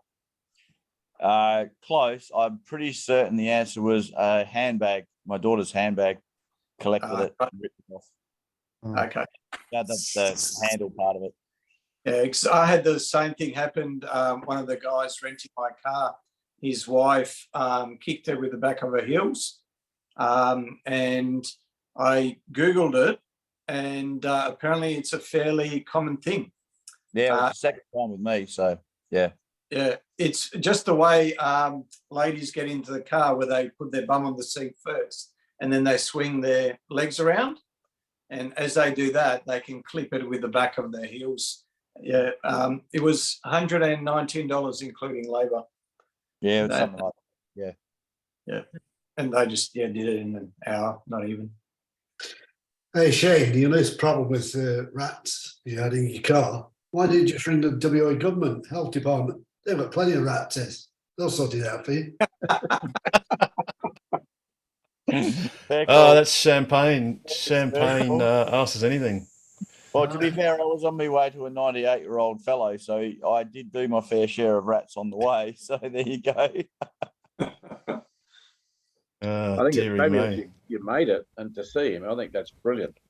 Yeah, it was and really going from the horseless carriage to the electric. That's an amazing comparison. Yeah. Hey, Shane, did you tell him the story about your hassles, and was he impressed that you're able to fix it? I said to him that well, he wasn't impressed that I could fix it. He knows what I'm capable of. But no, it was I basically said to him, look, because he's done the Nullarbor, I don't know, 30, 40 times, something like that. And I said to him, basically I did a fan belt and Norseman, Grandpa. And he went, yeah, fair enough. I've done that and moved on. What's the equivalent of a fan belt on a horse, Shane? I'd say hoof. It's a hoof. The reins blow. Blow down hoof. Blow the reins. Yeah, it'd have to be it'd have to be something to do with the chaff bag, I reckon. So your grandfather would have almost seen something like this, which, I mean, he's not 120, yep. But this is the classic photo of 1900. Yep. And then 13 years later, there's the one horse with carriage full of horseless carriages. This is the opposite. Well, we're talking South Australia here, so you know what their EV charging network's like. Well, they were a bit like that when it come to picking up ICE cars as well. So this would have been 1930. Yeah, not quite. In South Australia, it was about 1930. Because in that cafe where we were eating the lunch, they had a whole bunch of historical photos on the wall, and one of the other ones was actually a photo of that cafe, and in front of it was a whole bunch of locals on carriages and with horses and so forth around, very much like the first one of those. And that he remembers that. I mean, he wasn't very old, but he remembers those times. Yep. Yeah, well, my father was born in 27, and he remembers catching the North Melbourne ferry, and he'd have to pay a ticket for himself and one for his horse that he was riding onto the ferry.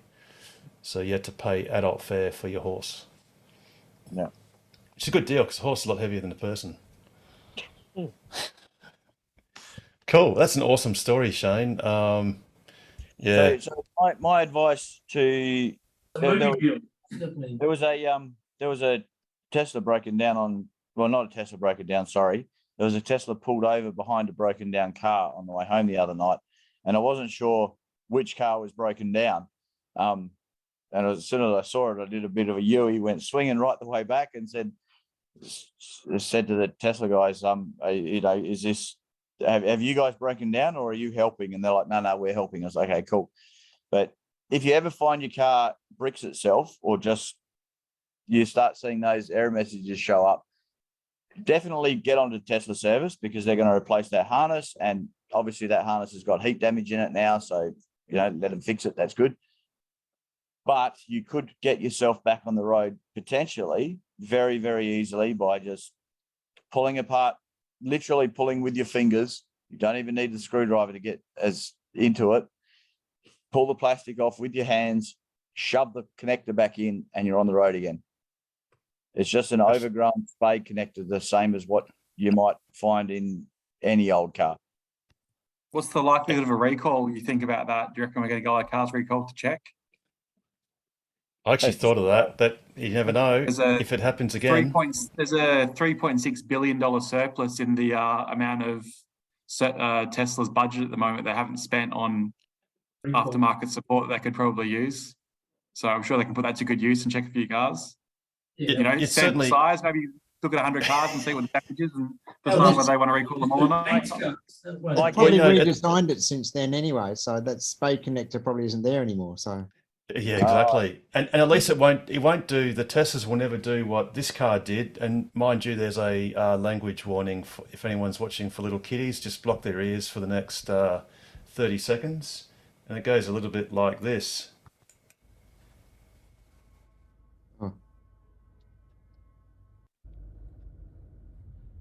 Oh, fuck. Petrol. And what's weird, isn't it funny how there's the cop cars letting these cars go past until it blows up, and then now it's blocking the lane. But oh, fuck. gotta love the Coventry. It's very Aussie. I'll tell you a story about Tesla service. A few weeks ago, Tesla rang me and said, you've got a problem with your car. Oh yeah, we need to change the 12-volt battery. And then a couple of days later, I got the warning on my dash. So Ben came out and changed it and changed my rear wiring loom and stuff. But Tesla knew before I knew. That's pretty impressive. Yeah, absolutely. Now something. Tesla upgrade your car to a lithium battery, or do you have to do that yourself? Oh, they just put a lead acid back in it. No. I know, because I've personally changed my battery to a lithium battery myself, just because you don't have to worry about, having a battery fail. But it's not as simple as just taking one out and put the other one in. There's a bit of a process you need to go through. There's a compatibility issue, I think. So it works. I've got mine working. Oh, but you got an aftermarket lithium battery, Russell. Yeah, which you can do. I mean, they have their built-in. They effectively make themselves look like a 12-volt lead-acid battery, whereas for instance, all the Model Ys in Australia, they have the new lithium battery, and the actual whole system voltage is now 15 volts, 15 and a half volts, rather than 13.8/14 volts. So there is that slight difference. It probably means that the PCS might be set differently as well. So the set points for the PCS, the DC to DC converter, it's probably a software switch, but they probably tell it to go to the higher 15.5 volts rather than 14 or whatever. But what you would have bought, Russell, is a aftermarket retrofit of a lead acid battery. So it looks like a lead acid battery to the car, but obviously internally it's lithium ion. Yeah, I guess I was asking whether Tesla would actually provide that as a service. Because there's what you bought. The externals looks like lead acid. What Tesla's done now, like the Model Ys, is there's no terminals anymore. It's just a connector. It's sort of like a snap-on connector that goes onto the very small battery. and it is very small. I It's mean, like, they're replacing that out of the batteries. If they just put one like mine into everyone's car when they need to replace it, they never have to replace them again. Yeah, good luck. Even if you get a choice of paying, if you pay an extra couple $100, then you get that, right? It didn't cost me much more. I mean, it was, in the scheme of things, it was much more, but now I know I never have to touch it again. Yeah. I've got in a situation where my 12-volt battery runs out and I pretty much can't drive my car because of it. So the only caveat there is that the lithiums, the ones that Tesla would install as factory, they would probably have a heater on board so they can keep themselves warm if it's super cold. Not that we're going to get that problem in Australia, but that was the one weak point, was lithiums have to be warmed to above -5 or something or whatever it is, whereas lead acids can go well down and still be okay. Now, speaking of charging obliquely, it's great to see that Benalla Council have got a proposed Tesla car park project, which are actually seeking community feedback, and it's actually for a 20-station supercharger. So initially they're going to go for a 10-station, and then with upgradability to 20. What state is this in? Victoria. So they're looking for submissions, and yeah, any name. Can we oppose it and say it should be a 50 stall, not a 20 stall? Yes, you could, Russell. And it's in the wrong state. It's in the and wrong it should state. also have drive-through trailer parking as well for when Cybertrucks start pulling trailers around. Very good point. And potentially even a mega pack charger for when the semis eventually come online. Hearing you.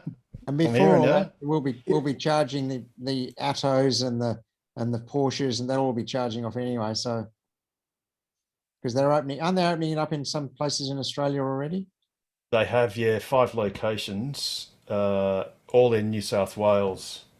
I'll just get about a week after. You can actually look them up on your app. So if you open your Tesla app and you go to the bottom, no, you don't do that. Where do you go? Is it location? You locate location and then swipe up. No, it doesn't say that.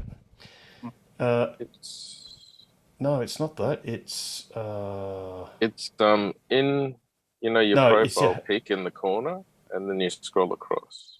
You scroll all the way across. Oh, charge a non-Tesla.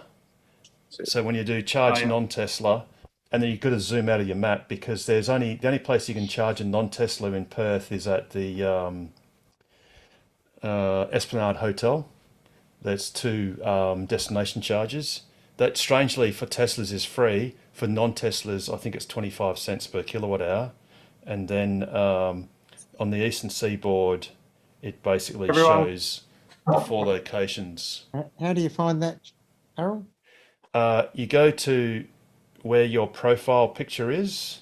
Yeah. So in the upper right-hand corner of your app, you got your little profile picture. Yeah. And then you scroll across all of your cars or whatever you've got, products, and then you've got charge your non-Tesla. Wow. It's a little bit small there. And then that will give you a map.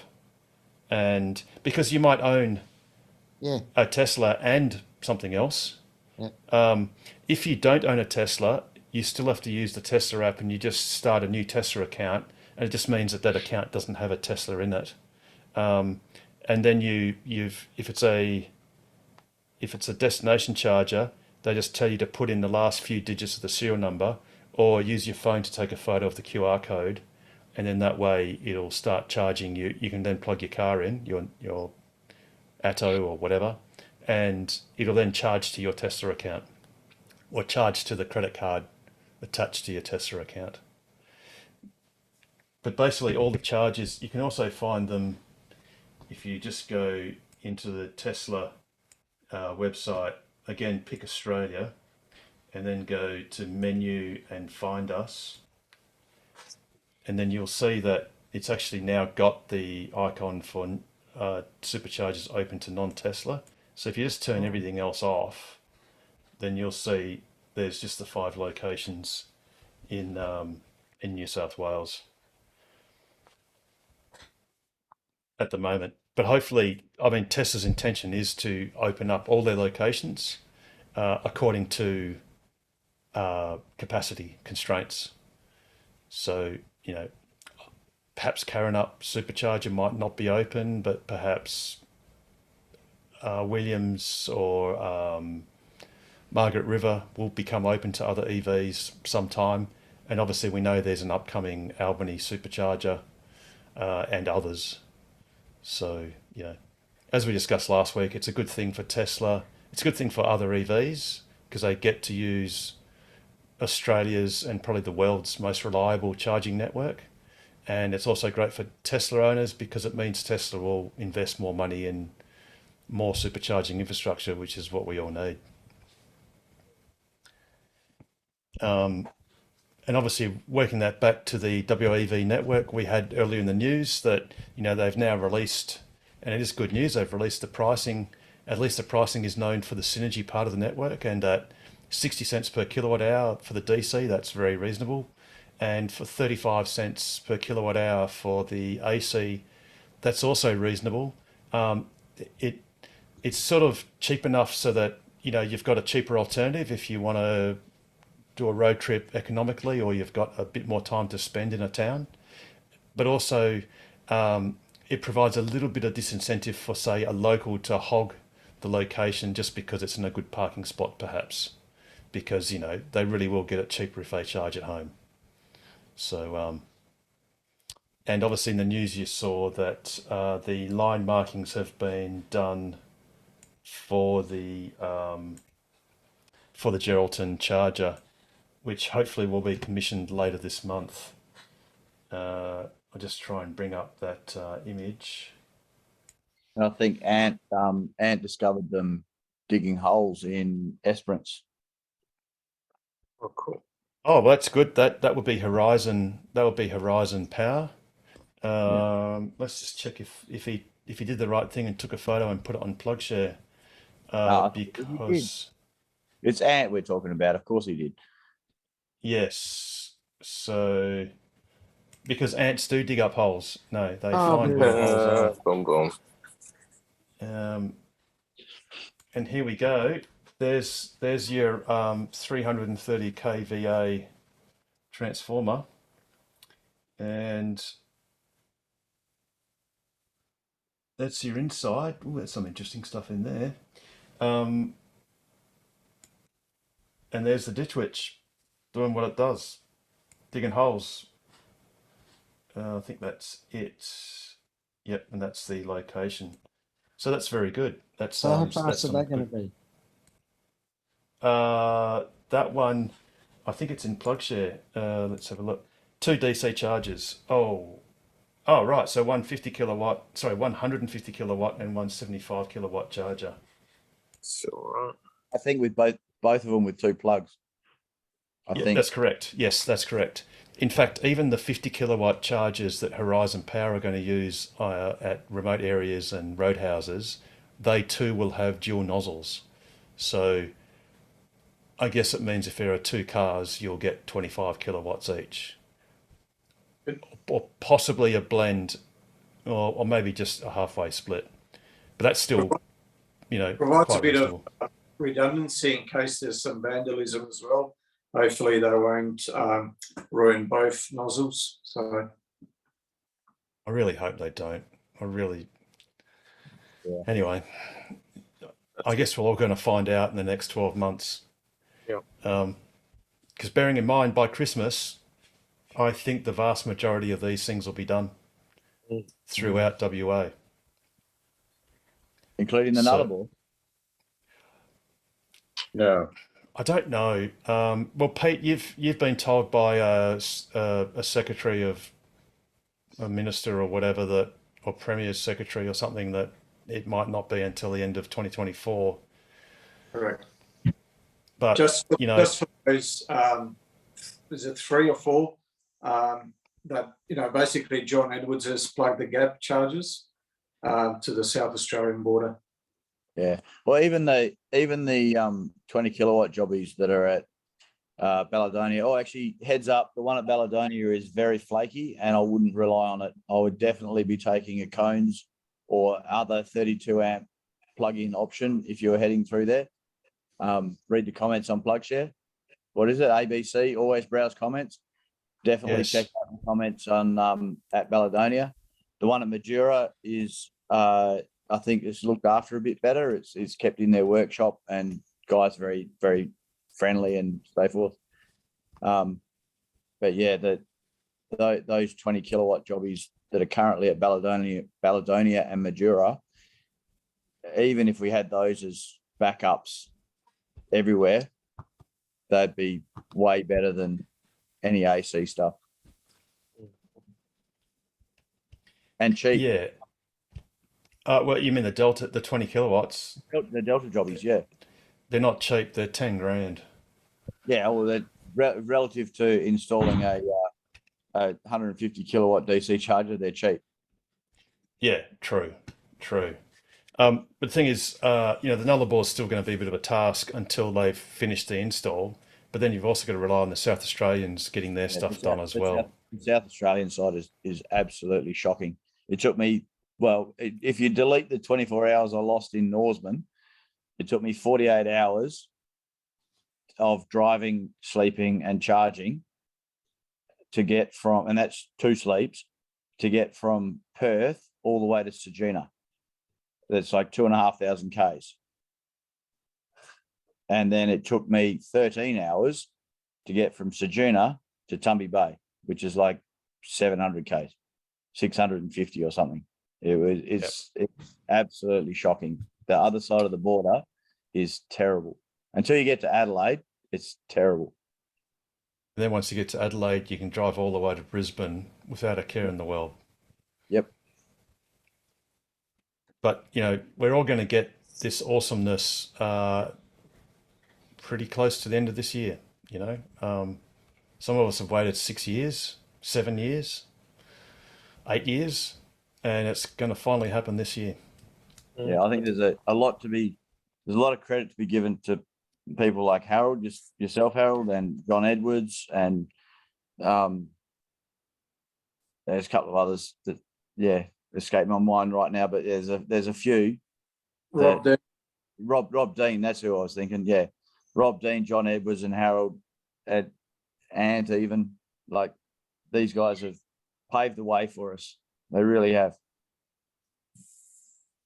And how was the Ravensthorpe? We were a bit nervous, but we sort of consoled ourselves in the fact that quite a few cars have charged at nearly 50 kilowatts, and it's still holding in. So it was a fantastic surprise. That was good news. Well, I only went through it on the way over.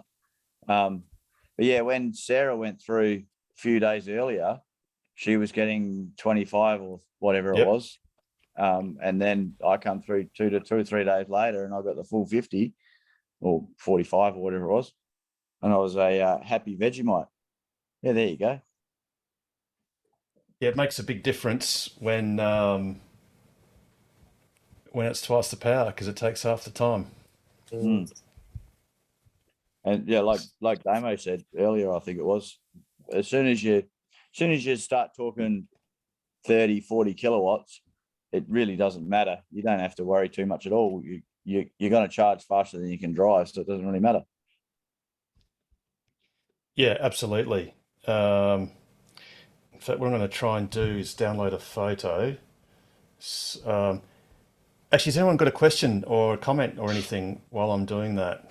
I just wanted to give a quick comment. The event for York on the weekend. Oh, cool. Yes, Paul. Yeah, tell us how that went. Yeah, it was pretty good. We had 20 plus cars and had John Edwards out doing a little charge with his backup charger with the veg oil. But it was good to have some new owners and that sort of stuff, and have good chats and that sort of thing. The Castle Hotel did a good job of accommodating us, even though they didn't realise we were coming. So I sent them a thank you email after the fact, how well their staff did and accommodating us with the function room and that sort of stuff. And they actually replied, thanks very much. It was a pleasure looking after us. So that was really good. So it was a positive, I think, event. Yeah. Yeah, absolutely. Yeah, and thanks for doing that. That's all right. They were certainly a bit stressed out at the start, but I think everything came together fairly well in the end, which is always good to see. But yes, they certainly were a bit stressed when a whole bunch of Tesla owners descended upon them with no notice. Yeah, they did. They stepped up, and where other places, have the opposite effect. So yeah, no, they did a great job. Yeah, absolutely. That was good. Good It was answering also questions. I was going to say, Sorry, go Pete. it was good the way Rob introduced, and particularly new people over there, encouraged them to ask questions and whatever. And I thought it just adds another dimension for people, first timers or whatever. And I think it was fantastic what he did. Yeah. Yeah, absolutely. There was quite a number of new people, so it was good actually. Absolutely. Cool. Yeah, well, hopefully going to do more of those. And we'll remember the ring. Oh, look, it's really difficult because it's hard to get numbers and then you're never quite sure. To be honest, I actually thought less people might turn up. Well, I was surprised, actually. I was kind of torn because I thought, well, some people might take it as a bit of an adventure, but then others might take it as, oh, it's 100 Ks each way, I'm unsure. So we had a really great turnout, all things considered. So I was pleasantly surprised, really. Yeah. But yeah, I promise I'll probably ring ahead next time. Probably. Alrighty, has anyone else got any other questions or comments while I'm trying to find this thing? I'm trying to get my OneDrive to sync up and it's going rather slowly. Hi, Harold. Can you guys hear me? Yes, a bit. How are you going? Good. Hey, a couple of weeks back, you guys were talking about paint protection and so forth. Just a quick question. Do they do touch-up paint yet for the Teslas? Yes, I think even Tesla themselves actually have touch-up paint. And there is also another product that, what's that called? Color and Drive. Color and Drive, that's it. Yep. Hey, James, can you please share that for me while I'm just trying to do something else in a moment? But yeah, Color and Drive is a third-party product. I think it's a two-part process, and it's really good at getting rid of scratches and touching up any blemishes. I think James is onto it. I can see his computer lighting up. He's almost got it. And thanks in advance, James, for doing that for us. Links in the description. He's got description. Oh, got it. Yeah, cool. Okay, no worries. Thanks. Here we go. And you haven't got you're going directly to the page, so you can basically just pick you got your different colors, and you've got Poverty Pearl White, PPSW. Depending on what color you've got, of course. And I'm not sure exactly how much these cost. There you go, $55 for a basic kit, all the way up to a few extras. And I don't know if there's here we go, there's a movie about it, I think. And it basically will show the process once. Yeah, okay, or not.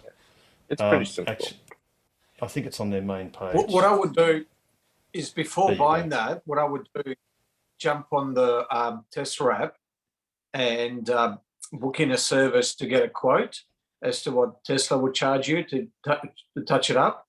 And you might be very pleasantly surprised. So they may be able to actually come out to your house and touch up your bodywork for similar money, believe it or not. Oh, really? Oh, okay. I would have done that. Nice. And just on that, I guess, on the fly MacGyver work, it was, I forget the person's name. That was trying to fix the Tesla. That's Shane. Yeah, Shane. Shane, did you have to worry about getting electrocuted? Because how do you isolate the thing, right? Like in terms of, like, you could unplug the battery, yeah, but It's only what about 12 the? volts. It's not a problem. Okay. Yes and no. It is only 12 volts, so you're not going to get electrocuted. It's pretty obvious when I lift up the back seat of the car. There's a whole bunch of cables that are orange. Yeah, don't touch those ones. They're nasty. They're bitey.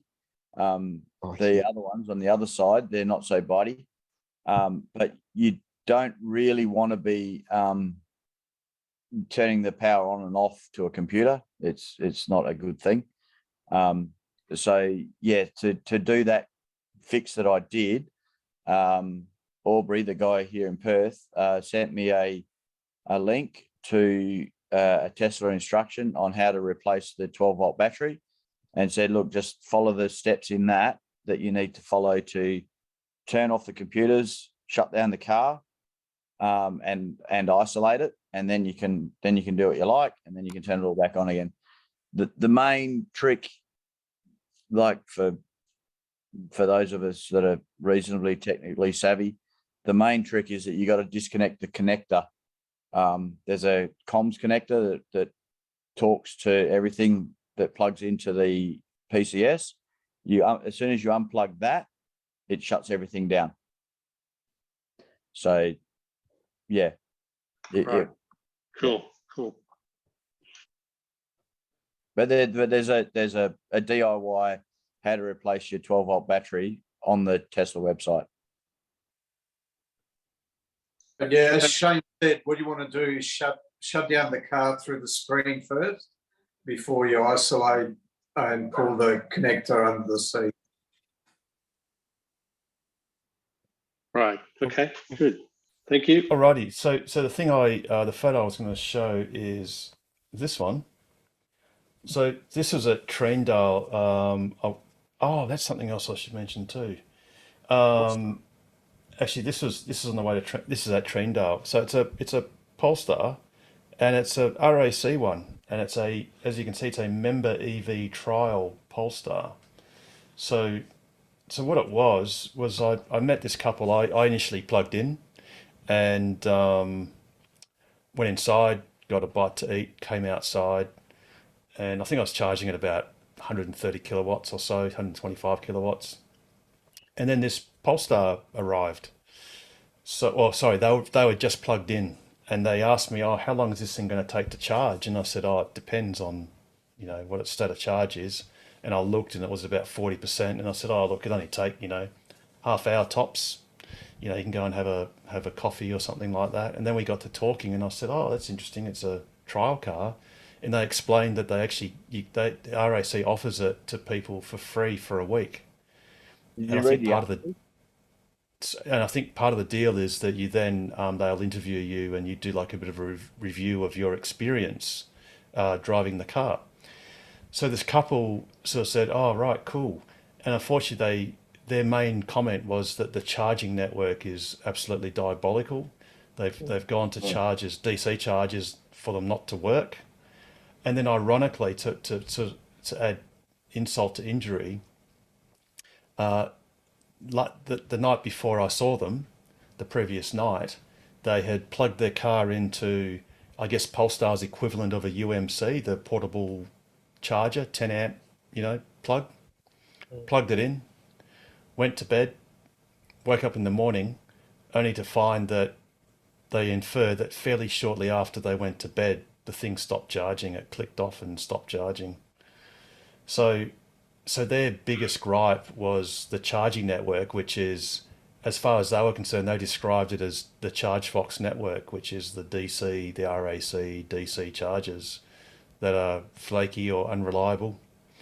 So while I was talking to them, I sort of showed them the Model Y, and I said, look, just do yourself a favor and just book in a test drive for a Model Y. But unfortunately, be prepared that you're gonna end up ordering it once you see it and drive it. And they actually said, they were going to do that because the Polestar was nice, but it was dearer than the Model Y and didn't have the same features. and of course doesn't have a supercharger network. Why doesn't RAC just get a bloody Model Y? Why do they get these shitty cars? Because they wouldn't have paid for it. Polestar would have donated it. Oh, yeah, no, It's understand. It's also Yep. powered by Mojo Car Share, whatever that company is. Yeah. Tiago. So, so we don't really know the machinations of who's paying for what. Yeah, no, that's all right. That's funny. They got a photo there of Tiago. He's the guy that did the service for Leonie's car. You know, like the iMe. Because he's got an iMe, so he does the services for that. That's funny. Small world. They even had trouble at the RAC head office with the charger there. They weren't very impressed at all. I think that there must be 2 chargers there. They tried both. I think one worked. Oh, God. Why can't we just have superchargers, man? Well, and that's the point, and that's what I said to these people, and I said, look, and I said, but to be fair, you know, Tesla will be opening the superchargers up eventually to other EVs, but I said, nonetheless, the Model Y is a superior product to the Polestar, and it's cheaper. Yeah. I do have a complaint about the Karen Up supercharger. It charges too fast. I had to eat my sushi really quickly so I could run back to the car and unplug. So I didn't get charged for idle fees. The old phone signal there's bad too. That pisses me off. Oh, that's why I set the timer on my phone. It like went off, and then I'm running back to the car to unplug, and I'd set it to 100% because that one will keep flicking it to 80%. So you manually got to move it to 100%. So, yeah. Paul, we've got a signal to use your phone, Paul, or Wi-Fi or anything. There's just nothing down there. Oh, I know. That's why I set a clock timer. So, you know, when you've plugged in, the car will let you know how long you've got to charge. So for that instance, it was 50 minutes because I flicked to 100%. So I set the timer to like 45 minutes or something like that. And then, you know, it goes off on your phone, your normal charge, and you run back and you unplug. There you go. There's something that was even worse at Karen. Paul, when we were charging Gundagai. Go, Pete. Just quickly, when we were charging Gundagai, the car was at 100%, and we didn't even mean to charge to 100%, but the car was at 100% before our food even came out. So it's just no good. It's very inconvenient. I know. Everyone got to get up and move your car. Yeah. I think it'd be cool if they chucked a couple of 72, you know, those 72 kilowatt ones. They chucked a few of them there. That'd be good. This is sorry. Anyway, go ahead. Very good because it's good that you mentioned Karen Up because this, and I just had to censor it. This is an image that was sent to me. It was taken today at 19 minutes and 44 seconds past 12 o'clock. Bloody idiots. And it's a Model X and a Model 3 that are not plugged in at Karen Up. Did you do them a favour, Harold, and plug them in? I would have, but it wasn't me that took the photo. I wasn't there. But suffice to say that Tesla have been informed, and we'll see what they say. But it's not cool. Please don't do it. I actually think that this Model X may not even have a CCS adapter, which means it could never charge there. And I know there are some people that'll say things like, oh, let's give them the benefit of the doubt. Perhaps they forgot. But it's like, oh, and by the way, there were plenty of bays nearby. So it wasn't Christmas Eve, you know, it wasn't 5 minutes to 9 p.m. on Christmas Eve, and they had to rush and everything was chockers. So please don't do it. Just don't do it. It's not cool. It's rude. It gets people aggravated. The worst thing is if you look on your app, it'll say 2 bays available. So you go, beauty, I can go and supercharge. And imagine going there and having nothing available because 2 cars are not plugged in. It's hopefully, just not cool. Which state is it now that's made it a parking offence? and a finable offence if you're in a EV charging spot and you're not actually charging. Whether you're in a Brisbane, I think, I don't know if it's Queensland, but I know Brisbane Council has. Might be Brisbane. It might be Queensland. Possibly. I've never tried this, but what would happen if you went and parked in in like the concourse of a servo and just parked your car there? That's easy. You'd get skull dragged. You'd get skull dragged off by a tow truck. By who sorts that? Who makes that happen? Yeah, exactly. Exactly. And the problem is when you've got this happening, streams of cars coming into the port. That's almost all of 200 Model S's and 300 Model Y's coming into the port the last few days. 200 Model S's? I mean, sorry, Model 3s. Sorry, Damo. Just checking you were listening. He got just so checking. excited there. Just checking you were paying attention, Damo. Most people would have missed it, but everyone's you cars except yours, Damo. So. That'd be bloody right. didn't. Yes. You'll be right. He'll be here. There is one little nugget, Damo. I'm aware that there is a Model S doing it. Oh, we've already seen it. There's a photo of a Model S doing heat testing over east. So relax, Damo. It's not your car. It's a left-hand drive Model S, and they're just doing like heat testing in Australian conditions. Yep. Oh, that's good news. Yes, and as long as no one tells anyone. Oh yes, that's pretty bad too. So that's the one. Is that the same tosser? Yeah, no, that's because it's a Model X as well. It is a Model X. I'm not sure if it's the same color. It is. It was the same color. It's midnight silver. Right. Yeah. Okay. That would not be cool. It'll be super interesting to see what the number plate is. But you don't have the number plate, do you, Pete? I don't, but I might be able to. It was a friend of mine that sent me that, so I might be able to send her a text and see if she got any other photos with the number plate. And if she doesn't, I'll send you the photo I've got, and if you can send it to her and say, does that ring a bell? Because the number plate that was on it was a personal number plate. Oh, okay. Yep. So it might be a bit more recognisable. Right. Okay. On to better charging activity. Last Saturday, Synergy turned up to Walpole. So it was Kelly and Rana from Synergy, and they were doing some community engagement at the Walpole community markets. And yeah, that was last Saturday. So that was awesome to see Synergy engaging with the community and, extolling the virtues of the WAEV network. So that was another thing that happened last week, which was pretty cool.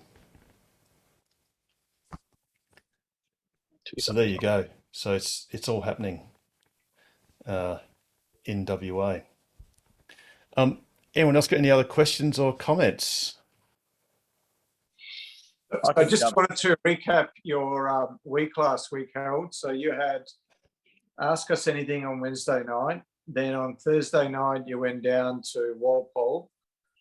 Then you had Walpole on Saturday morning. Then you had York on Sunday afternoon. And then you had the committee meeting on Monday night. Yeah, that's the normal. Right? That's what a Tesla bachelor does. I mean, not bachelor, but the husband of a Tesla widow. As I was saying earlier, there's a few people that we owe a lot to, and I think Harold might be one of them. No. It's just all good fun. But it's cool because what I did learn is with our awesome autopilot, when it starts getting onto skinny roads with the gravel shoulders, oh man, I don't mind when it cuts the corner when you're doing a left-hand bend and it cuts the corner. I don't mind because if you let go of the steering, if you grab onto the steering wheel, the momentum of the car will just take it towards the middle of the road again, which is totally cool.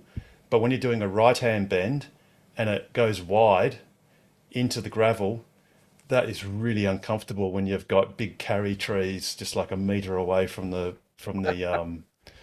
what's the name, from the shoulder. It's kind of uncomfortable. And I got some awesome. I was going to leave this for another time, but there was a few experiences I had. Well, I get them fairly regularly, and if you go back, if anyone cares to go back through the backlog of these videos, I made my first comments about this maybe a year and a bit ago.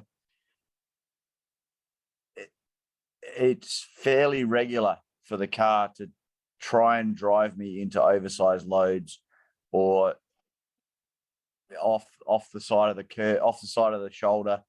The worst experience I had was actually on this trip to South Australia. I was turning right at Lake King, because you basically drive east through Lake Grace, etc. You get to Lake King and you turn right. Now, obviously, there's been lots of grain trucks through. The road's got strange markings on it from, dark markings from the trucks and so forth. And the car actually tried, and I tend to drive with the auto correcty thing turned off, like don't warn me, don't do anything, don't auto correct. But sometimes it still auto corrects. And this particular time it tried to auto correct me back onto the wrong side of the road as I turned around, and I was just like I was not happy. And yeah, it's tried to steer me into oversized loads a few times too, because you go to pull left and it goes, no, you're going off the road. I'm going to steer you back onto the road, and I'm like, no, don't steer me back onto the road. One trick you can do, Shane, is you can if you put the left indicator on, it'll let you do it. Right. But one contra to that is, one thing I've also noticed is on the freeway, sometimes you have occasion to want to change 2 lanes to the right. And what you do is you put your indicator on, it accepts the first lane change. But when you go into the second lane with the same indicator still on, it then says, nah, mate, you're not supposed to do that. And it'll growl at you and beep at you. And the thing that annoys me is that I turn it off. Like I literally get in the car, and before I've left my street, I've turned it off because I know where it's going to complain at me every time, and it still does it. It still does, the first time it still does it, and still tries to auto correct my steering. Anyway, I do actually have a question though there, Harold, on that PDF I sent you. There was a couple of photos. Yeah, there we go. And a question. So all of these screenshots were taken when I was navigating from the same place, which was Putra, the Putra Hotel. And Cummins is where the nursing home is that I was heading to. And it says I'm going to arrive on 18%, right? So if I, fair enough. And then I wasn't staying there that night. I was actually going to Tumby Bay. So yeah, sorry, next slide there, Harold. Yep. I'm actually going to Tumby Bay. So if I navigated to Cummins and then Tumby Bay, it said that I would arrive at Cummins at 10 and Tumby at -2. And I was like, okay, that's kind of weird. But then if I navigate directly to Tumby, and you'll notice it's actually taking exactly the same route, I arrive at Tumby at 8. What's going on there? I'm in the same place. It's at the same time. Okay, so you've got, yeah, but it says you'll be at Tumby Bay at 8:25 p.m. I think Richard Cooper can answer this one. 8:25. Oh no, it is the same time. So you did do that. You did. Okay, so one you added as a waypoint. You added Cummins as a waypoint on the way to Tumby Bay. I get a very different answer than if I navigate directly, or if I navigate just to the waypoint. And you had started at the same set of charge. This was just straight after it. It was in sequence straight after. 100%. Yep. Like I was at 100% state of charge before I was going to head off, and it was giving me 3 very different answers depending on which which option I chose. Okay. So, oh, the only thing is it says calculating. Yeah, one thing that It's I've got, if you go to the other one, so you got 2 different distances as well. Yeah, no, So- Cummins is the waypoint on the left hand side one there. Yeah, that's the waypoint. No, That's- I understand, but then like you. No. So Paul, Oh, no. yeah, So yeah. the issue is, Okay. Yep. it's 220 to Cummins, but it's 259 to Cummins and then Tumby Bay. So, so then that means that there's 40 odd k's, 39 k's from Cummins to Tumby Bay. Yeah, no, I understood. Shane, one thing I've learned is I pretty much take all those predictions with a grain of salt for about the I take them with a whole cup full of salt. But especially during the first 5K of the journey, or first 5 to 10 minutes, and then it just gets increasingly more accurate until it's almost dead on within sort of an hour, hour and a half of. Yep, understood that, experienced that, no worries. This was parked, having just driven whatever it was, a couple 100 k's. I was parked, I was fully charged, ready to head off, and maybe I wasn't fully charged. I think actually what I was trying to do was work out, did I have enough charge to make it, or do I need to charge up a bit more? And depending on whether I put the waypoint in or not, I got very different states of charge, because I was like, if I make it to Cummins with 18% charge, I can do 40%, 40 k's to Tumby, no worries. But then if I put in Tumby, I got a very different answer. And if I put in Cummins and then Tumby, I got a -2. Anyone want to guess more accurate? Go. Oh, yeah. Okay. So what? So it's 259 k's, but we don't know what state of charge you're at. You said initially 100, but now you're second guessing yourself. I think it might have been a bit less. I reckon I was. I'm going to guess the 8% was closer. Nah, it was the -2. It was my closer. Oh, had a 50. And I slipstreamed a truck for a big chunk of that. So where did you actually end up at? Not -2, because that's impossible. But did you get close to zero?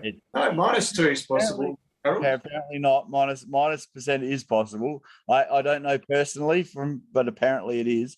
I won. 1%. Very good. Very good. Good boy. E for enough. What I did? I slowed down. Slow down. That's all you have to do. That's all you have to do. I've got a question for Richard Chapman. Oh, he's too busy right now. He's cleaning. He's doing Mrs. Doubtfire Wednesday night. That's what he does. He's flat out. He's definitely Mrs. Doubtfire. Did you get Gina a birthday present, or did she give you a birthday present? She got me a birthday present. Did she give you a present, or so we're getting a new something new with that present? Isn't there 41 people at your work are getting a special present?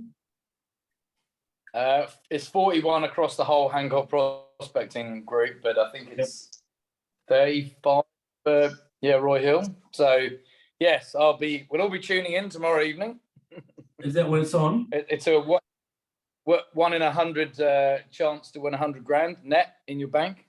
So wow. 41 people are getting 100K after tax. Yep. 41 people. She's spending. Already did 12 at Christmas, Jared, as well. Did she? Yeah. Don't forget that one. I think I read something that she can do something like that the next 3,000 years and still be in profit. Yeah. Well, one of my mates actually won was one of the 12 that won the Christmas one, and I immediately sent him the link to the Tesla Model Y order page. What do they get at Christmas time? Was it 100 grand as well? Yeah. So Gina should skip the money and just go straight to Tesla vouchers and say just do some social engineering and just go, you get a brand new Model Y. Congratulations. Yeah. And you get a car, and you get a car. You get a car. That sounds more like a Twiggy thing to do than a Gina thing to do. Wow. Sounds like an Oprah thing to do. 100,000 No, it's different. No, you can't because FMG is publicly owned. So because Roy Hill's the firm, she can do what she wants. Yep. And good on her for doing it. paying 150 grand a year for someone to look after the cats. Good luck for you, Richard, and good This luck for car, Damo. We both car, you can thank Dina. So roasters for everyone. Next. Yeah. Cars. Sorry, Well, good luck. Application thing. I don't. If it was a conclusion, there is no answer. We don't know. No. Wait, how do you know? So- Richard? How do you know you're getting wind? Is it on the internet or what do you? Sorry, do? no, well, look, should we see if we can answer Shane's question first? Yes. So if I don't know. if we look at the two, so it says -2, and then it got happy and said 8. Yeah, that's what's throwing me. There's obviously a rat in there that was holding hands with another Yeah, rat. The thing probably. is, I just don't know that these two photos were taken. That was taken at 5:42. Just can't see when this photo. Oh, hang on. I've got the original. Trust me, they were all taken one after the other. Yeah. But maybe that Chinese balloon was responsible for that. That could be it. I deliberately took the photos one after the other because I'd seen this happen multiple times before then, and I went, right, this is weird. I definitely need to put this to you people and see if anyone's got an answer. My only comment is that it's a waypoint, so maybe it's trying to factor in some sort of heat soak or something that. Because it was more pessimistic on the waypoint than a direct route. But it's the same. It's the same route. I'm with No, it's the same route. No. What I mean is, but it might have thought that it might have presumed that when you got to that location, you might have stopped the car, and it might automatically factor in a 1 or 2 kilowatt hours. But Harold, the time at the destination is 8:25 for both. Yeah, and also if you go. Sorry, if you go. If you look at the one before that, there's. What about elevation? What was the height difference? The same, exactly the same route. And if you look at the one before it that went just to Cummins, it gave an 18% arrival at Cummins. The sheet before, Harold? Oh. That one there says 18% arrival at Cummins. Exactly the same route. Yes, but no. I'll discount this one because it still says calculating for whatever reason. I don't know why. So that's still it's still working. Yeah. I think that one maybe that was going to change, but the other two had completed. You can see that they were completed. So I take more emphasis on these two. But why there's a 10% difference to Tumby Bay. Look, I don't know. It's like Pete sort of said. Under normal experience, it does get better. I mean, it's not like my car hasn't done very far. No, but for example, when I went from, where did you blow up that generator, Pete? Portsmouth Caravan Park. When I went from Portsmouth Caravan Park to, I did not blow it up. I just can't. You just took it out. You overloaded it. So like I was saying, when he blew it up at Portsmouth, I had to short charge there because I couldn't charge it at high power or higher power. I had to charge it at lower power, but then I had to get to Pardue by a certain time before the manager went to bed because otherwise I didn't think I was going to be allowed to be charging the car much at all. On AC, so I had this real wicked problem of the longer I stayed, the longer I'd take to get there, but the sooner I took off, the less range I had, and it's you can't make it on time if you don't make it at all. Precisely why I was using that to charge the minimum amount to get to the next one. Yeah, that was exactly why I was using that. So. Well, actually, Shane, I would have given you a different thing to do to work that out, but we'll talk about that in a sec.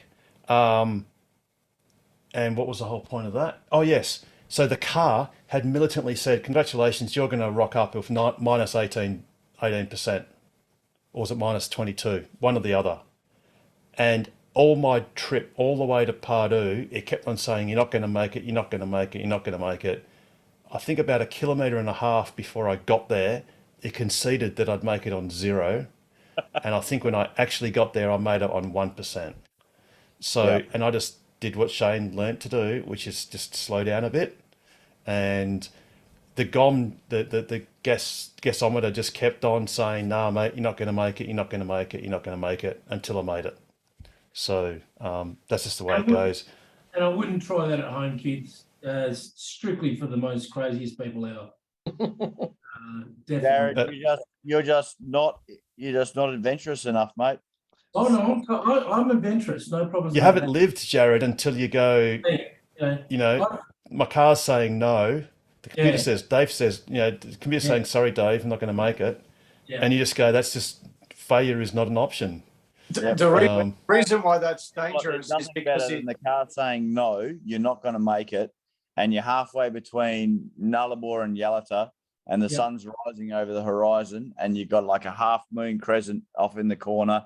It is, and you just, I stopped the car and just walked around for 15 minutes, just enjoying the silence. It was so fantastic.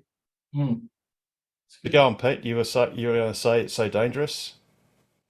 No, the reason why it's so dangerous is because it's addictive. It's a bit like the Seinfeld episode where Kramer takes the car, the Saab, for a test drive, and he's got the salesman next to him, and they're trying to see how far the car will go before it comes out. So, yeah, you need to see the episode. Not doing justice.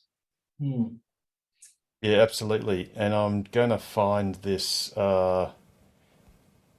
It's, oh yeah, there it is. It's, I wasn't very far out, and I'll transfer it to my computer in a minute, but I'll show you what it looked like. And it was pretty dire, and it basically said, no, you're not going to make it. But anyway. Richard, you're going to answer my question now. How do you find out when you win? Chapman. Stop, Mrs. Doubtfire. What are you doing? How do you find out when you've won? Do they? It's hang on. Let me have a look. Damo, when is it tomorrow? It's tomorrow evening, isn't it? Said in the release that they call you within 45 minutes and you get paid on the 10th. Oh, nice. Yeah, 6:45 to 8:15 is the chairman's birthday raffle. So we'll be dialing in for that one. And Damo, you've got your name stuck in the side of the raffle drawer. He's got about 50,000 tickets in there. Yeah. Sorry, go Rich. What was it? Sorry. I said I'll put Damo's name in twice. No, there's only 3,000 of us. Oh, that's good odds. I think about 3,500 now, Richard. And Apparently, 41 people. Well, it's a good chance. Good chance. If we're going to go with Ask Us Anything, I'm going to ask Richard and Damo, who's feeding the cats these days? You know what I'm talking about.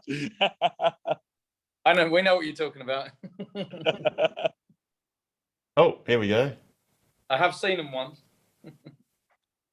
Some gas. Oh? Well, how much gas you think is in there right now? Well, it's on E. You know, Rick, oftentimes Jerry, he lends me his car, and I find myself in a situation where the car is almost out of gas. But for a variety of reasons, I don't want to be the one responsible for purchasing costly gasoline. So you want to know how far you can drive your friend's car for free? Well, I make it up to him in other ways. What is it now? There's still some overlap between the needle and the slash below the E. How low are you going to go? Oh, I've been in the slash many times. This is nothing. You'll get used to it. Just put it out of your mind. Have you ever been completely below the slash? Well, I almost did once, and I blacked out. When I came to, the car was in a ditch, and the tank was full. I don't know who did it. and I never got to thank them. Mr. Kramer, the road! Whoa! Whoa! Is it just the angle I'm looking from? No, sir, we are down there. Oh, this is amazing. Oh, I never felt so alive. All right, I'm satisfied. We better get some gas. What? Well, we can't stop now. What do you mean? We have to keep going all the way back to the dealership. That was the plan. There was no plan. Well, let's make it the plan. Let's just go for it, like Thelma and Louise. They drove to a dealership? No, they drove off a cliff. You are one sick mama. I like it. Mr. Kramer, the road! Cars can go on empty, but not us humans, huh, fella? I'll get us a couple of Twix bars. No. No coconut for me. All right, I'll get you a Mounds bar. Keep the engine running.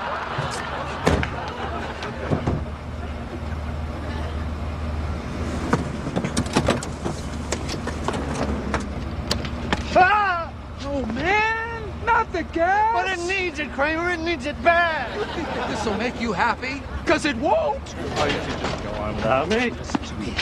When that car rolls into that dealership and that tank is bone dry, I want you to be there with me when everyone says Kramer and that other guy, oh, they went farther to the left of the slash than anyone ever dreamed. Maybe we better get moving. It's good to have you back, Stan. It's Rick, by the way. No time. There's the dealer! Hey! We did it! We pulled it off! I can't believe it! Where's the needle? Oh, it broke off, baby! Oh, Mr. Kramer, I gotta thank you. I learned a lot. Things are gonna be different for me now. Well, that's a weird thing to say. I wonder how much longer we could have lasted. Yeah, I wonder.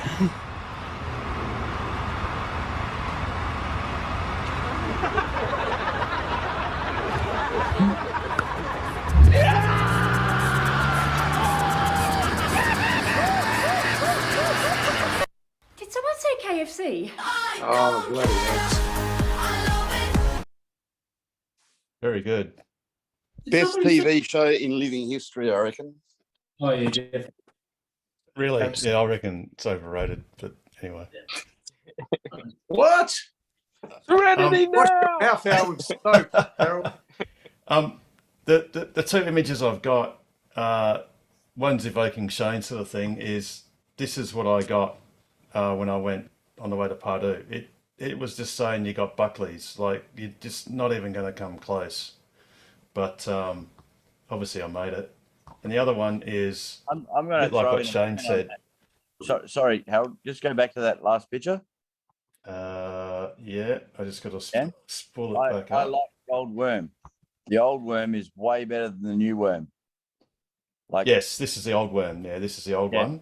the old It basically said I was going to be zero at 200 and I don't know 50 k's, and I had 311 to go, so I'd be 60 k's short. And it just didn't happen that way. I like how he changes colour to red, and then he just gives up. He doesn't even give you the red colour for the rest of No, the it's just black. It's just negative. It's just well, minus 25%. Fair enough. But see, I couldn't leave on 100% because I had a deadline. Yeah, I had a deadline, so I had to do 336 k's. And it's just the way it was. Cool. But anyway, Alrighty. the great thing is with the RS, with the boys. see you, Paul. With the WEV network, we're not going to have to care. Did you take some photos of that trip you were telling me about? Now, how far did you say you went? Across Which the top? one? Across the top? Oh, 400 k's Yeah, that one. from Was it- Fitzroy Crossing to Broome. Yeah, yeah. Have you got some Or- photos of that trip? There was one that was like, I thought it was like 500 or something. Oh, no. If Well, leave out in 2018, I did 471 kilometers in my Model X, in Richard's Model X. Yeah, that one. When its maximum capacity was like 380 k's, but to do that, I had to I had to do the first 50 Ks at 60 Ks an hour, the next 50 Ks at 65 Ks an hour, and the next 371 Ks at 70 Ks an hour. But I made it with like 20 Ks to go, like 20 Ks left. That would have taken you like 7-8 hours, wouldn't it? Yeah, whatever, 471, 70 divide. Yeah, about 7 and a bit hours. Yeah, and I stopped twice for a piss, and I made sure that I left the window down before I closed the door, because there was no internet, and if the car didn't open for whatever reason, I wasn't going to break windows. And the worst thing was, I went to have a piss, and as soon as I sort of like stood still, this fly went right on my head and like just sucked onto my forehead, and I went, that fly's lived its whole life in the middle of nowhere, never seen a human, and then I just turn up and it just goes, beauty human, I'm gonna get latched right onto you. You probably pissed on it beforehand, Harold. That's why it went up. Well, have a go at you about pissing on him forever. That was actually a journey that I was kind of dreading in the Model Y, because I didn't really want to have to climb that mountain, but we could have. But fortunately, Pete and I met at Barclay Homestead in the middle of that, between Camberwell and Three Ways or Tennant Creek. So Pete and I basically avoided having to climb that mountain. Although, strangely enough, a few weeks ago, Barclay Homestead had a fire and closed. So if we had done the journey then, we would have had to have done it unbroken. And the Model Ys would have done it, but you would have had to do a similar speed to make it. Yeah, but I got there like 6, 7 o'clock, and you got there like 9, 10 o'clock at night. So if we had to have kept on going from there on, would have been Very long. Dark, yeah.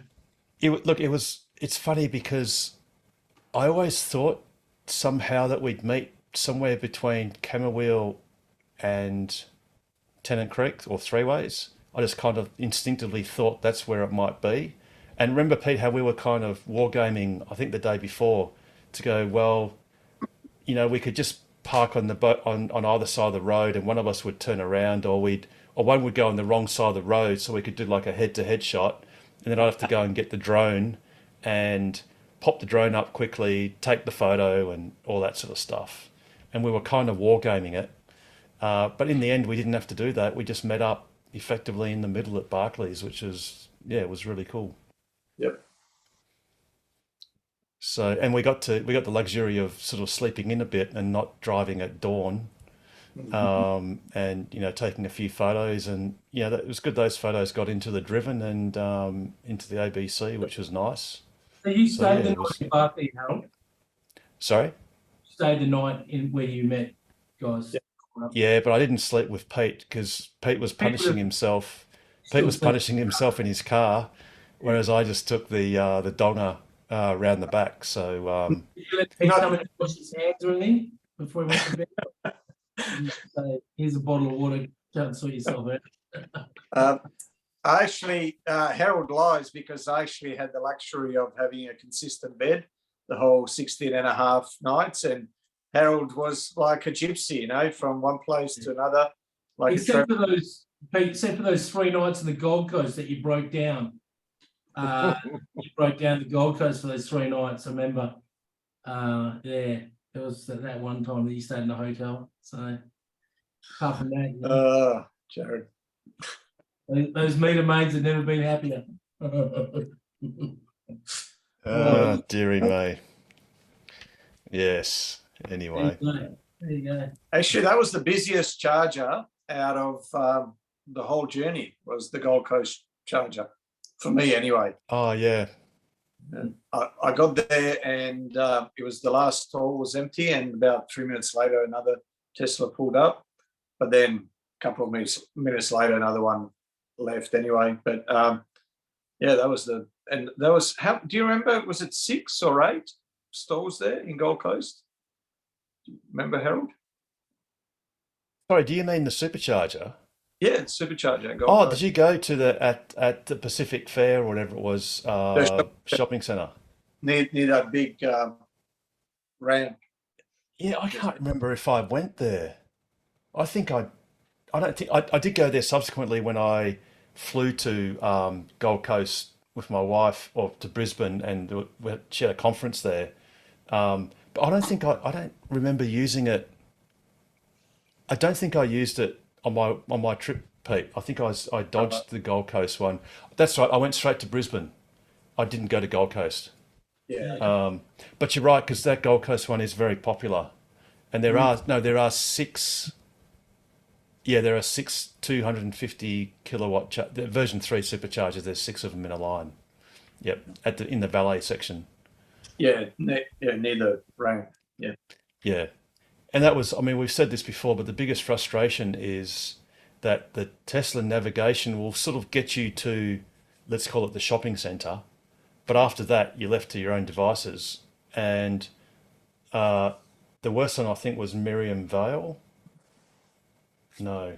Or Marlborough. The worst one for me was the one in Melbourne. Same thing, underground car park. See, Jared? See, boys? See, Jared. Oh, yes. Mooney Ponds. Mooney Ponds, yeah. Yes. My cousins were actually there before, and they were on the phone to me, telling me which way to go, and I still couldn't bloody find it. I managed to find it okay. I mean, took 2 or 3 or 4 extra minutes, but, when you haven't seen your cousins in 10 years, then you're going to have 40 minutes with them at a supercharger. Every minute counts. So, yeah, absolutely. And you just don't want that frustration. I think it was the Sunshine Coast Supercharger. Again, that was terrible too. And there was one. Plugshare was because Plugshare does give you the actual location. Well, most of the time. I find with Carina, it actually gives you, so the icon is in exactly the spot where the supercharger is, but it tries to navigate there. If you're coming from the east, it doesn't take you to the right intersection. It tries to get you to go right into the shopping centre earlier, and then you've got to go and weave and try and find your way there in the underground car park, which is, even for people that have been there a few times, it's almost impossible to find. Whereas if it just took you to that Jeans Road intersection, it's as easy as. The Indooroopilly one in Brisbane. So this one has easy directions. This was done after we were there, and it talks about a yellow car park, a P1 level car park. But if you go back a few other, they don't have all the older comments. But basically, there is a photo. What a joke! Really?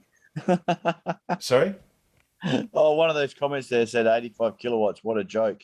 Oh yes. Well, see, there's a yellow car park, and it actually shows. You enter into this. This is a huge shopping centre, right? And there's a set of traffic lights. I don't even know where that's going. I think the entry's there, but basically there are 2 sections of this big shopping centre that have a yellow car parking area called P1, but they're in 2 different buildings and they're not connected. So if you're a first-time user, your car gets you sort of to basically where the shopping centre is, but doesn't tell you what to do, whether you're going to go up the left ramp or down the right-hand ramp, or be in the left lane, the right lane, the centre lane.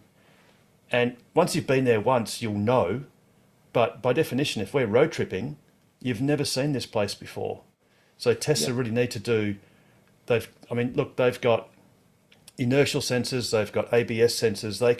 They could do precision navigation from once you are out of GPS reception, and they could even have a bloody movie or an animation on the screen as you click on the pin, that says this one's difficult, go into this exit.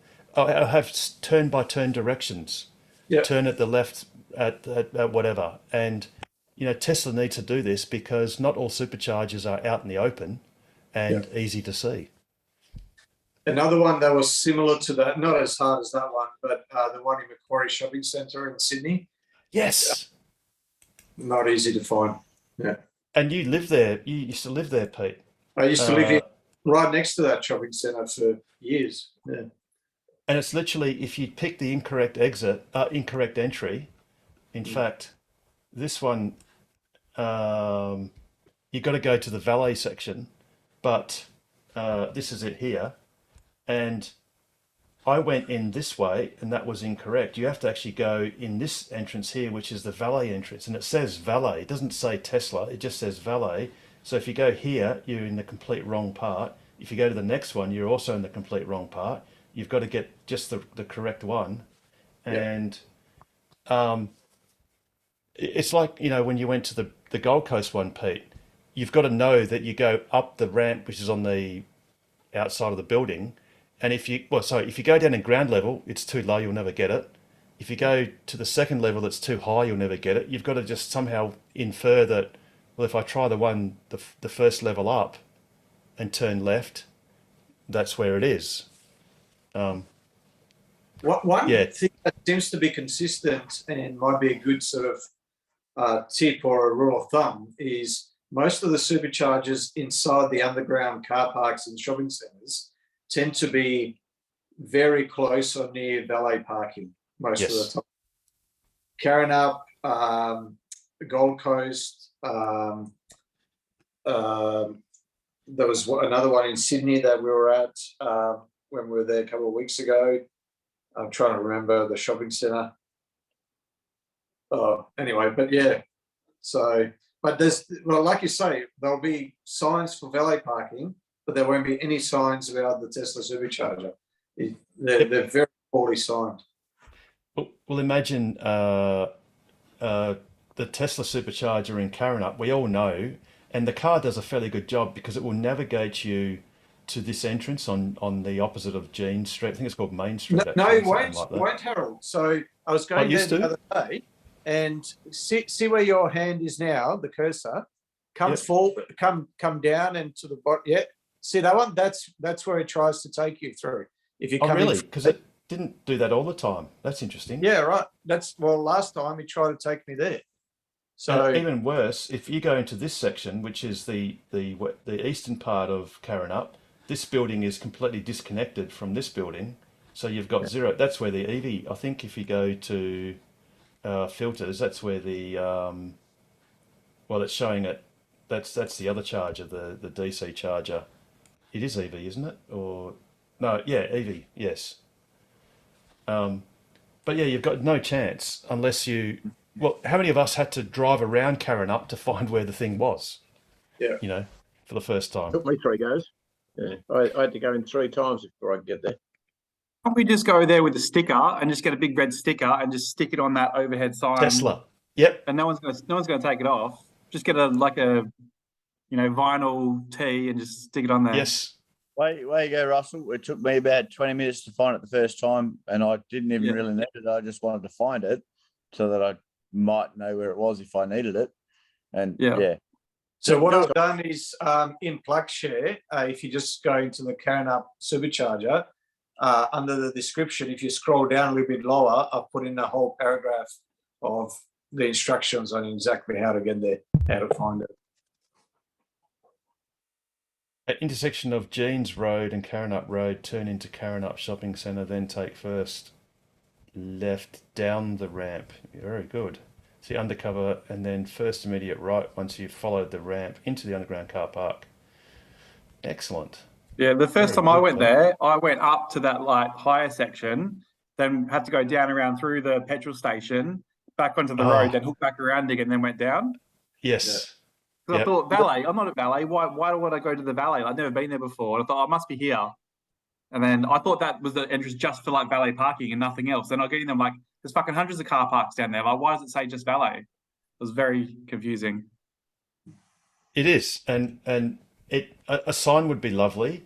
And even if you had like the Tesla dots on the like markings on the road, like on the ground, on the concrete path, you know, or at the bottom of the ramp, you just have Tesla to the right, just a T symbol, or even just the charging symbol, you know, the teardrop. Even when I went down the hill and got there, I was confused what was going on. I actually went straight and had to hook all the way around because I didn't turn first right, because there's not even a sign when you get down there to turn right. I just sort of kept going straight through. Yeah. Anyway, first world problems, I guess. I'm sure we'll figure it out. Yeah, but I still feel sorry for someone that might be driving around Australia from elsewhere, and it's their first time at Karrinyup, and they go, "Where the hell is this thing?" You know, and especially if you're, you know, at 1% and you're busting to go to the toilet or what have you, and you know. Yeah, your battery's at 1% and your bladder's at 101%. You've got bladder anxiety and what is it? Range anxiety. Range anxiety in one. Yeah, exactly. And it's just a pain, and it's just something that we don't want to have to you know, deal with. Obviously, when the Karrinyup charger was opened, we did post a video on Twitter, and I'm just hurriedly trying to find it. Have we got? Close. Hey Harold, did you ever make up any of those Tokwa stickers, like in your background? Not the red ones. This is the video. So it was actually raining at the time, and I didn't even have the top section open yet. And then obviously, we'll just fast forward that. But going down the ramp, and you're right, Russell, that it says Fresh Market. It's Fresh Market. It doesn't say Tesla. Yeah. And then, of course, it's at the end. But yeah, anyway. I'm sorry. So, Russell, you're saying about these stickers, that, as in that red sticker behind me, to the... Yeah. Oops, wrong way. Yeah. That one. Yeah. Have you got to those that you made or not? No, I've got none of those, but we've got Rob Dean's mate's got some the black version of that sticker, which we've got on our cars, but they're horrendously expensive. I think they were like $20 each or something ridiculous. Because I was sort of like, maybe you can just throw one in a. We've got a little cricket thing. Have you seen those before? There's a device. Sorry, there's a device that a lot of hobby, like crafty people use, and you buy it from Spotlight, and it's essentially like a little all-in-one cutter, rider sort of thing, and you put an image in there or whatever you want, and then it goes around with a razor blade and cuts the shape you want into a sticker. You just feed heaps of vinyl into it, it cuts it out, or you put a pen into it and it writes like a fancy writing or whatever you want, or it does heaps of cool stuff.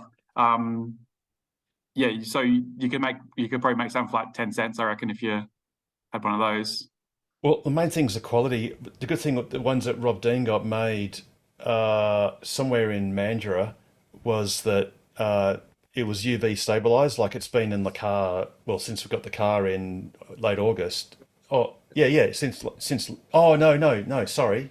That was the version 1. It was a paper sticker and it deteriorated. It's been in the car for about 4 months. And it's perfect. It's just now a matter of haggling over the price or sourcing it as a bulk run rather than a prototype, you know. Rather than a laser print, actually getting it properly done. Because I'm sure it'll be a good swag for members to have the Tokwa sticker. And it's because it's black with the white printing. So it's like that red one, just black. It matches the tint of the back of your car on the quarter window. What I do with my stickers, I've only put them on the driver's side because you'll never look through that window if you're driving. But on the other side, I don't like having it there because it can partly obscure your vision and you might obscure your blind spot there. Yeah, that's where I put my baby on board sticker in that little window, that passenger side, tiny one at the back. Just for, you know, shits and gigs. when I'm like smashing past them, going 200 down the freeway. Just know I'm endangering someone else's life at the same time. So this is a little bit of good news. We haven't seen this for a little while. Tests are over $200.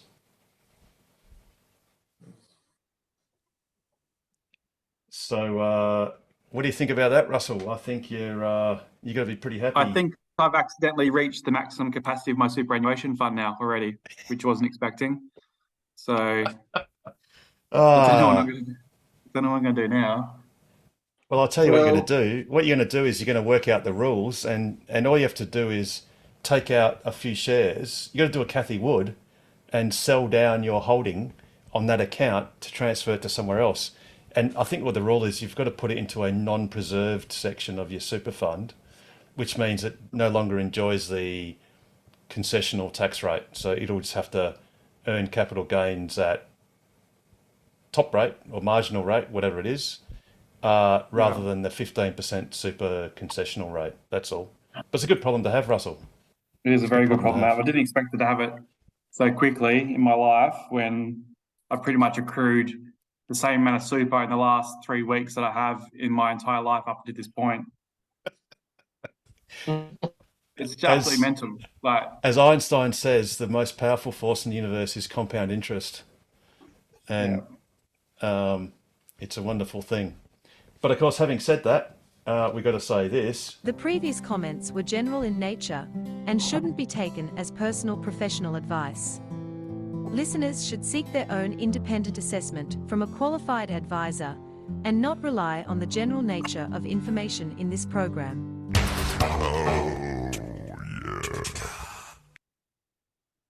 But yeah, go Tesla. I can talk about something slightly different if you like. Yeah, go on. It's a lot later for us than it is for you, but go for it. It's only 8:30 over here. So the other week, before I came over, I got another letter in the mail from RAC, and they send me these ever since I became insured with them. They've been sending me these pamphlets in the mail every month or quarter. I don't know how often I get them, but I get and occasionally they've got articles in there that are like interesting to read, I guess you could say.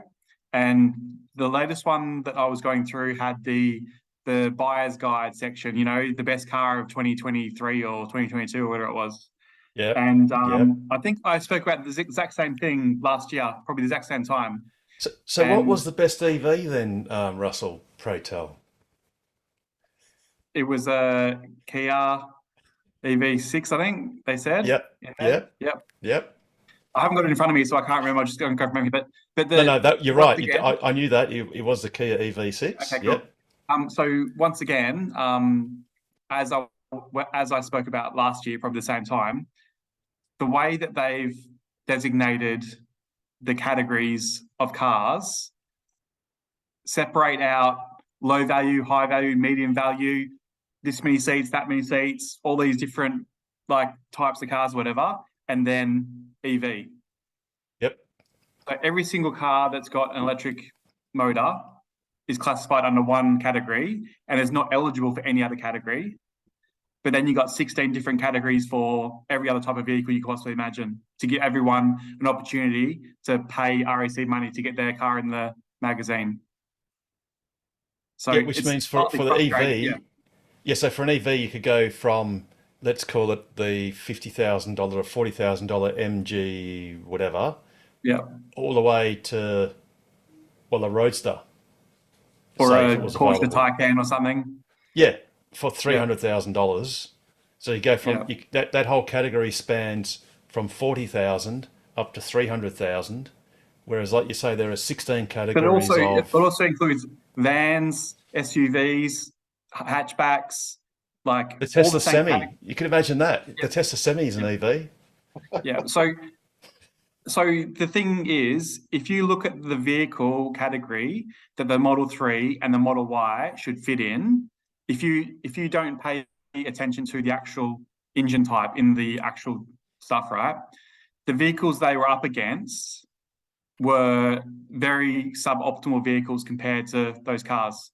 Yep. And the reason why they've got an EV bit there is because if they didn't, the thing would be Tesla, Tesla, Tesla, Tesla, Tesla, and it would cover 5 categories for one car, and that'd be the best in all of them. Well, and guess what? In what is it? Well, 2nd of March. So I don't know, 5 weeks time, 6 whatever weeks time. We're going to hear about probably 2 more categories. There'll probably be like a transit van type delivery van thing, and the Model 2. So there's going to be what 5, 6, 7 categories of Tesla. That's going to be better than everything else in those categories. So I guess my I guess future thinking here is next year when they publish the same report, are they going to like wise up and actually classify vehicles as vehicles and not as drivetrain specific? Or are they going to be adamant to the death that unless you pay us money to put our vehicle in our magazine, we're going to put you in the corner and no one else can even know about it?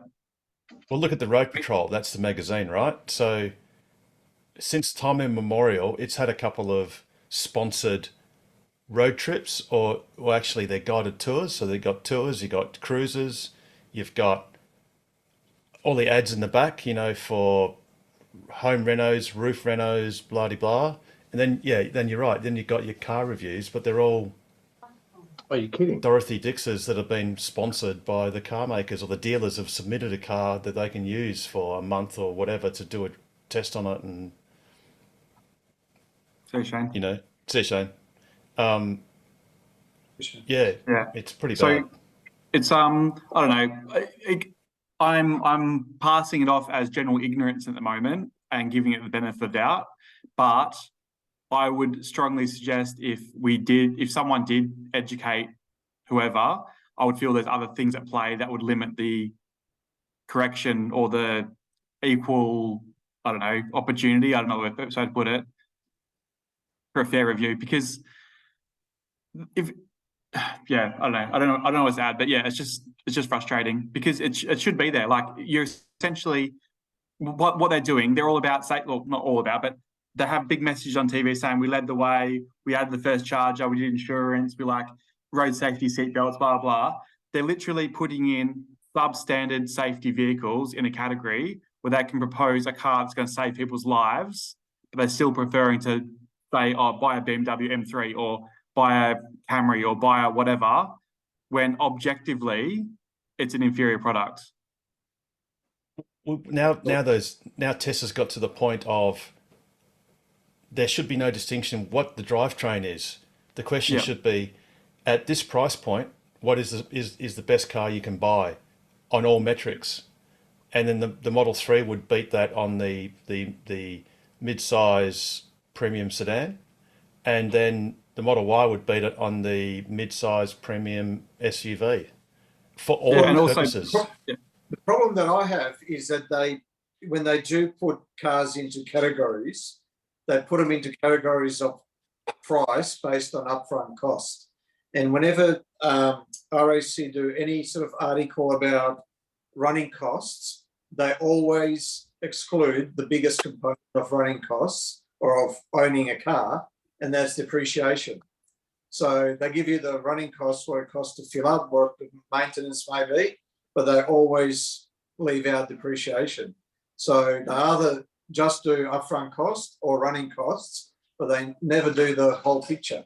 What I would love to see is just have one category over all your cars and just rank them by your total cost of ownership over the average period that a person in WA may hold a car, call it 5 years, and then you can talk about how good the cars are. But just have a simple index or a simple dollar value of the total cost of owning this car over a 5-year period. I'd like to see a new broom go through RAC. I think they desperately need it. I had repairs done to our Commodore there, and I thought they set the trend for standards in cars and servicing and all that. They were expensive. It's overfilled. The radiator hoses were absolute crap they put on. They were pathetic. And yet they're supposedly judging most repairers and giving them a rating. They're bottom of the drawer in my book in every aspect that I do with them. And I think they're just purely money driven. I have no time for them anymore. Yeah. It's quite ironic because they don't have shareholders. They only have members to look after.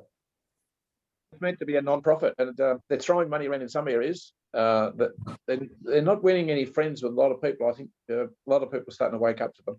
Well, they're refusing to take my money to insure the car for the value that it's actually worth.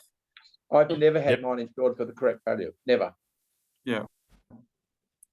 And that's it. And I mean, well, I know we spoke about this before, but to them, the likelihood of a total write-off of a vehicle in that situation is so much more unlikely than knocking the front bumper off that I'm essentially paying a 30% surplus on a bumper repair in most cases, right? Yeah. That's what's going to happen. So they should be trying to insure these cars for as much as they possibly can, because all it's going to do is negate the other costs of like writing off a car. It just doesn't make any sense. Like, well, why wouldn't they allow you to be overinsured? Because I always talk about the dangers of being underinsured. By definition, they actually say if it's a house and it's underinsured, they only pay you the pro rata percentage of the underinsurance. Yeah. So why can't you technically overinsure as far as they can? If their opinion is you're overinsured, well, so what? Give you a number. Yeah. Say for an extra 10, 20 grand of value, it's going to cost you an extra $100, $200 or $300, and but it's not a question of their opinion, because there is only one right answer, and that's the factual. You know, if my car is written off this week and I have to buy another car this week or this month, what's it going to cost me to get into the same car? And you know, I've said to RAC, I said, you go and find me, my exact car, same year, everything else on the second-hand market for the maximum price that you're willing to insure it for, and I'll buy it off. I'll buy two of them from you tomorrow at exactly that same price. Because so we've got the 76,337 drive away, right? But add this little thing over here, yeah, and it's $87,093. And that's what they're not. And they won't insure it for 87 grand, even if you had, a red paint, white seats, and 21-inch wheels. I've got my Model 3 insured for 103,000. That's as high as I could go. So if we look at the Model 3 and go WA, and we go a performance with black and white interior and full self-driving, there's 117. Do red paint as well. Red paint. So that's 120,000. You'll never get RAC or any other insurer to insure that car for 120,000. Which means that I know, it's ridiculous. if you're at 106 without full self-driving, you are self-insuring full self-driving. Yeah. Not to mention accessory. Not to mention the other stuff in my car, like the window tinting and my child's car seat and the charging cables that are in the boot and all that sort of stuff that where the floor mats, like those things should be covered under the cost of the car as well. If it's a complete write-off, right? If it's caught fire and it's gone, everything in there should be covered, right?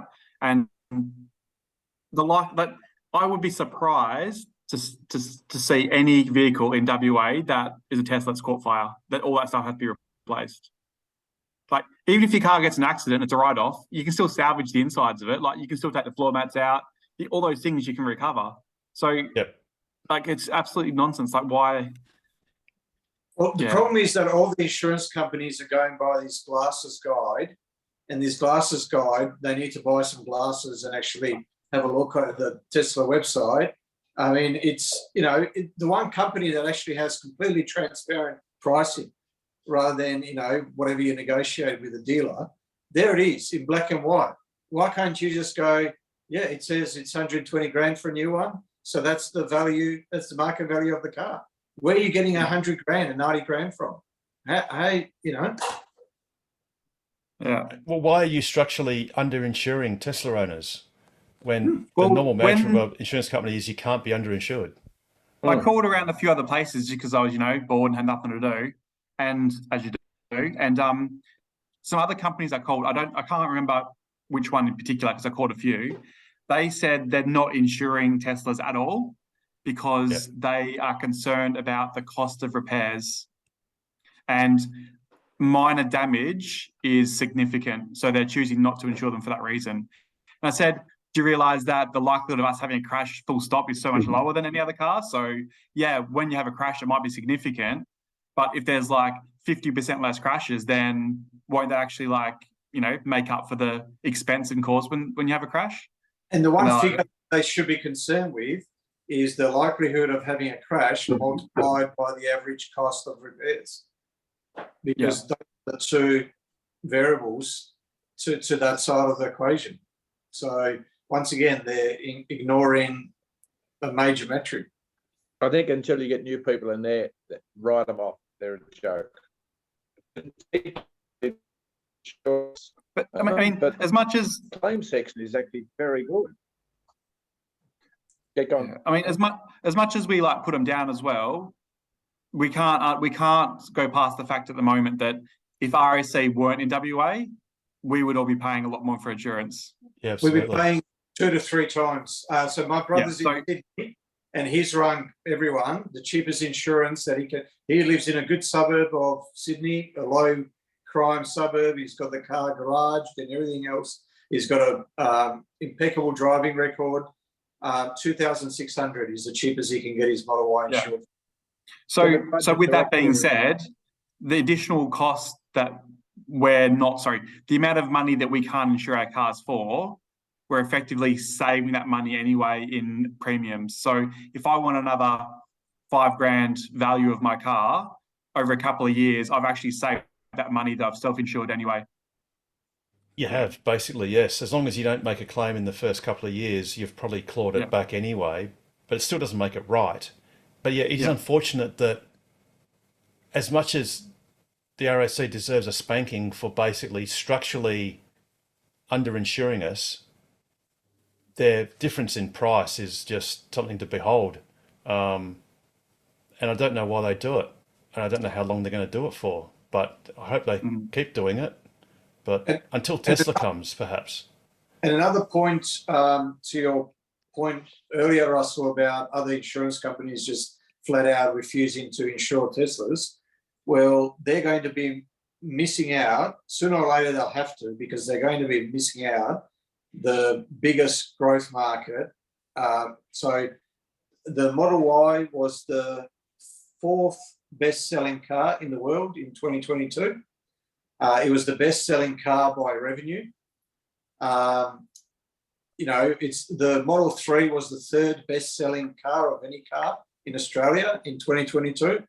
So, if you want to carve out what in 2023 will, I actually think the Y and the 3 will be in the top 3 positions in Australia. If you want to carve out, 2 of the top 3 cars, good luck with, good luck with your business. Yeah, absolutely. It's just madness. But yeah, I just, like we keep saying, I just wish the RAC would just finish the job and insure our cars for the right amount. But yeah, thank God they're here, because, I must admit, I looked at the NRMA, because one little bit of carrot with the NRMA is that, there's no NRMA charges here yet, but they do offer free charging to members, whereas they are going to start charging people for using their fast DC network over East to non-members. So I thought, well, NRMA is now in WA because they've basically taken over SGIO. So if you have an SGIO policy, it then becomes an NRMA policy. But again, like Pete said, it was something like, it was well over $1,000 more to insure a Model Y for the same thing. And I'm not sure if NRMA are one of the ones that don't insure performance Teslas. They don't. They don't, because the only car they would insure was a 2022 Model Y. When I tried a 2023 build Model Y, it said, "Oh, you need to ring us for extra details." Ring up. So the only one I could get a price on was a model year 2022 standard Model Y. And was that recently you were looking? Or? Yeah, absolutely. Because obviously, I thought the reason why I did it was I was cruising around on PlugShare and then looking up a few different posts and then seeing that NRMA was free charging, but it did say in the PlugShare post that it's free charging for the moment, and then would later be free to NRMA members, but it would be paid for by non-members. So I thought, well, I'll probably do a road trip sometime. Let's get a price from NRMA. But of course, the price was like more than twice as much as RAC, even though it's in this state. So, it's not like just the crazy drivers in Sydney or Melbourne or whatever. It's just the other insurance companies structurally just don't have a great deal. So maybe they're trying to limit the adoption because they can see a fundamental problem with their business in the future. I don't know. It's just strange. But yeah. But how does it compare? So if you compare I don't know, Model 3 long range or whatever it is with a BMW M3, right? Would the value of that policy be similar or not? Well, yeah, if the car's similar, if the car's a similar price, it would be. I don't know the M3. Well, I guess what my point is, are we paying a surcharge for having a Tesla compared to an equivalent value ICE car? Is what I'm getting at. Or is it? If anything, I think we're getting a bit cheaper because you get the green vehicle discount. All right, well, if that's the case, then I mean, there's nothing really to complain about. All we're doing is getting a far better price than, like, if you went to RAC and tried to insure an M3, are you going to get the same price as Tesla, or are you going to pay more? Don't know. I haven't done that experiment. We haven't really got time to do that. But I still had my Lexus, so that was a car that was worth about 45 grand, and from memory, it was something around $1,100 a year that I was paying for that, versus about $1,300 at the time for the performance Model 3, which at the time was insured for like 90 grand. So just you can't compare it. Yeah. The ratios were similar, weren't they? Well, I mean, sort of. I mean, they sort of collapse. That there's a compression in premiums. If your car's worth 10 grand and the car's worth 100, the one for 100, it hasn't got 10 times the premium. There's kind of like, there's a floor on premiums, and there's kind of a bit of a ceiling, or maybe not so much a ceiling, but it tapers off with the additional extra value. Like your tax, right? It's like a tiered system. It's sort of progressive, but it's sort of compressed. Most of the insurance policies are somewhere in the middle, sort of. And there's a reason for it, because if you've got a $100,000 car, you're probably going to be a little bit more careful with it than a $2,000 bomb. So and people driving around you, people in car parks are probably, well, most people are probably going to be a bit more careful around that $100,000 car. Yep, absolutely. Cool. All right. Well, it's getting a bit late. It's after actually. One very last quick. Yeah, go on, Pete. Yeah, absolutely. Investor Day. So Elon has said that it's going to be the path. So Tesla Master Plan Part 3 is going to be the path for a fully sustainable future for Earth. So it doesn't get much bigger than that. So at least he's not dreaming. At least he's not dreaming small. The man's big. But no, seriously, Cass said previously that it's going to be all about scale. And yeah, Yes. it's just going to be absolutely mind-blowing for most people. And the scale is, that's why he's used this imagery, because that just demonstrates, like I said, these are 10 these are racks with 10 body stampings, and they've just been pasted up, and there are 7,020 stampings in this image. When I first saw that picture, I don't know why I jumped to me, but there's a scene in, like, I think it's the Fifth Element, where it's like the side of a building where everyone has their own pods, where they're like, there's spaceships sort of like the cars sort of dock into when they go into their house. That reminded me like the side of a futuristic like apartment building where everyone's got their own little pod that they sort of like go into and live. But don't forget that Elon doesn't believe in flying cars. So, but yeah, I know I know exactly the scene you're talking about. Yeah. But yeah, it's pretty cool that it's just, it is all about scale. And that's the other drawing. That's the photo that it was basically based on. Oh, I don't know if you can see that properly. That's going weird for some reason. But that's the actual. Can you see that? Yeah. No. Yep. Yeah. So that's basically, that's been pasted up, and that's the actual. They're just stampings. But yeah, and like you say, Pete, it's all about scale. So was that your order? They were trying to stock their Harold in that picture before the 7,000 stampings. Is that your next? Yeah, I thought I'd try and be like Pete and get ahead of the curve, you know. But it is going to be all about scale, and the good thing is we'll have a great opportunity in a few Wednesdays' time to talk about it, because no doubt the 2nd of March. Oh no, yes, it'll be a Thursday. Yeah. So it seems that they usually do their stuff on a Wednesday, which is our Tuesday. So yeah, it'll be Thursday morning our time for Investor Day. Did I know I missed a portion in the middle there because I went and got some dinner, but did you talk about any deliveries of Model Y performances this episode? No, and there's no sign of any deliveries into Western Australia. In fact, there's no sign of VINs yet. So none of us in WA that any of us are aware of have gotten a VIN allocated. And if you look at your Tesla account and look at manage my car or whatever, it says estimated delivery January to March. Yeah. And I kind of bet you London to a brick that it won't be January, just quietly. So yeah, that frustrated me. You think they could even say February, March, couldn't they? I know, like just make it slip to February and just, you know.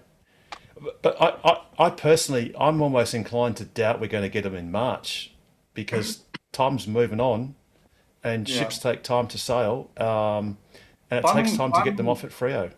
I'm quietly hoping it's longer, because in my mind, like, my situation's a bit different, right? I don't need the car.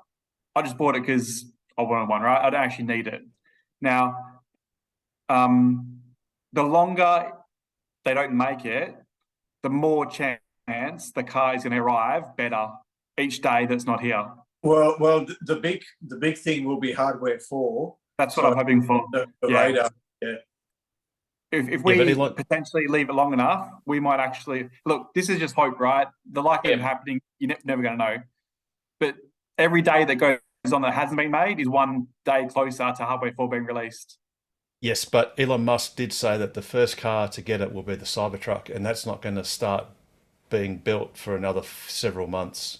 So yeah, but they got those. Didn't the cameras and stuff get like unblocked today from the what's them called the Yes, no, it was like the thing? radar. No, it was Radar the radar. stuff? Yeah. From the FCC, Tesla had extended an embargo on releasing the details, and that was expiring now, I think.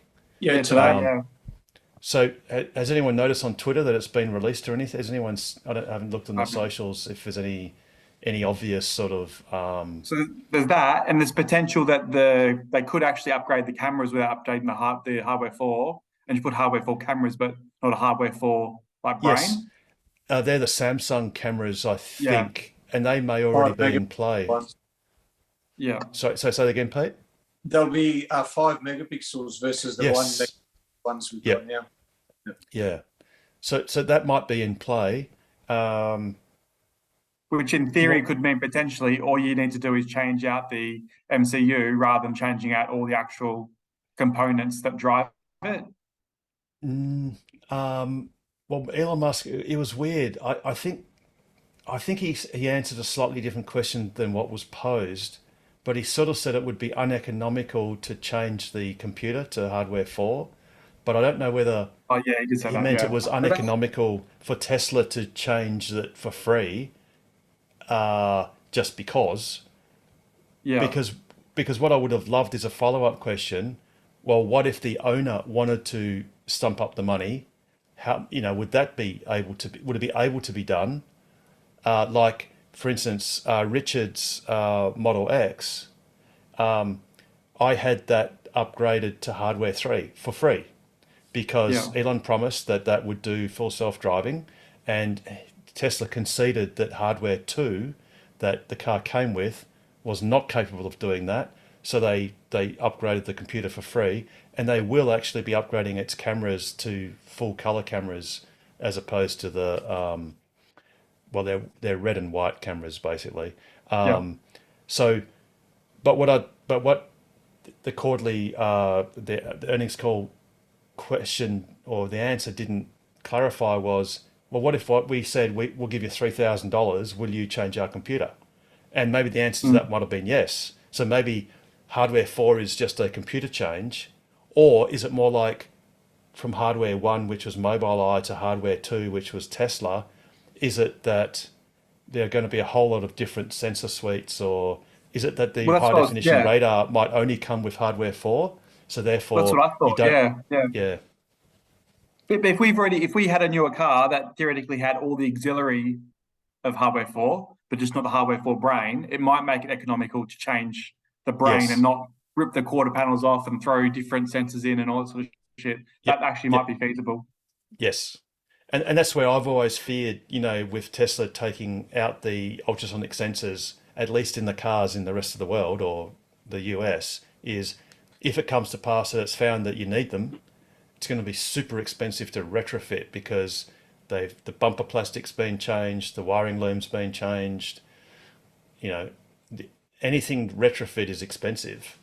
So maybe that's where it might be. Actually, it could be that high definition radar only makes sense to put it into hardware 4. Sorry. So maybe we'll find out later on when we wake up in the morning. They'll have posts about the details of this radar, perhaps. They might have extended the embargo thing. Or they might have extended it. Yeah, that's probably right. Probably too. more likely. Yeah. Yeah, exactly. Cool. All right. Just another question about. Oh, yes, John. The latest Model Ys from Shanghai, are they got that extended back seat bolt horizontal? That there were a little bit of an extension in the back seat. That there was talk about them just extending those back seats. We don't know, and I think there's been deliveries. People have collected their cars. Okay.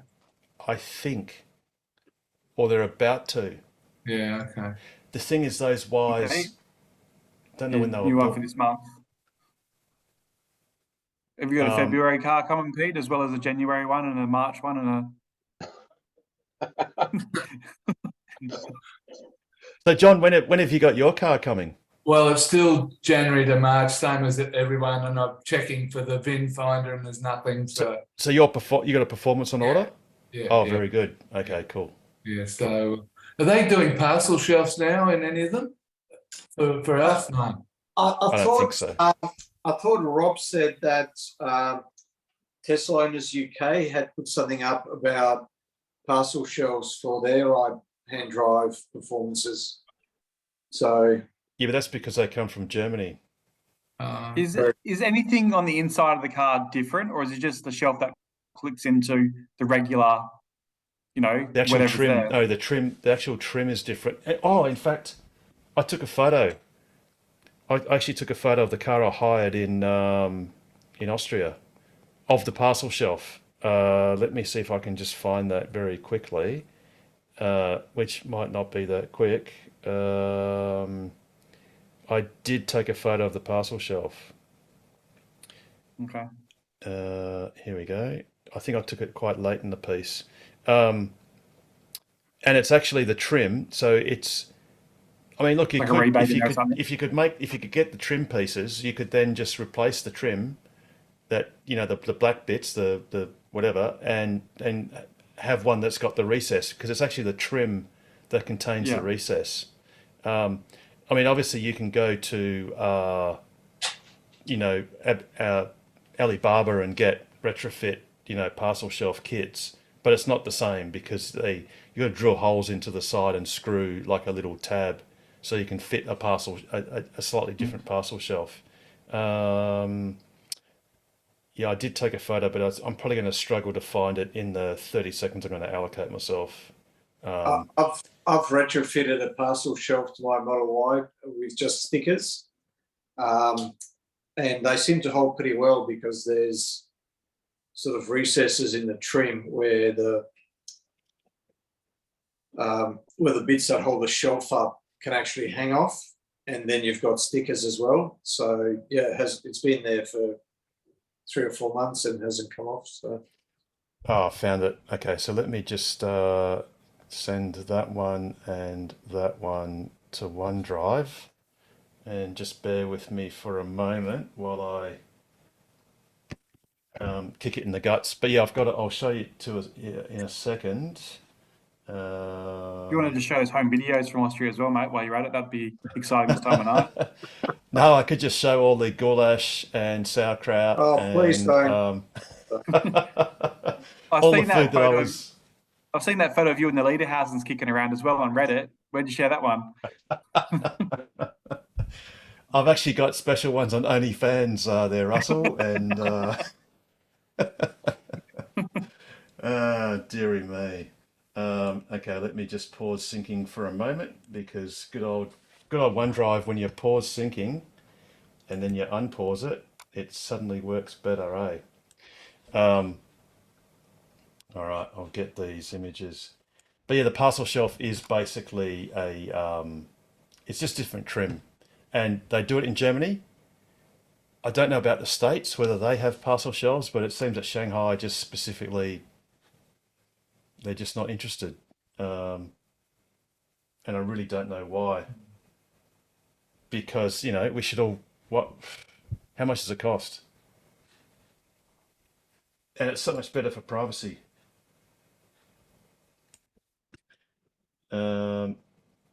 and marginally for noise reduction. A lot of people have mentioned that why you can hear the motor noise a bit more than in the Model 3 for that reason. Yeah, actually, good point.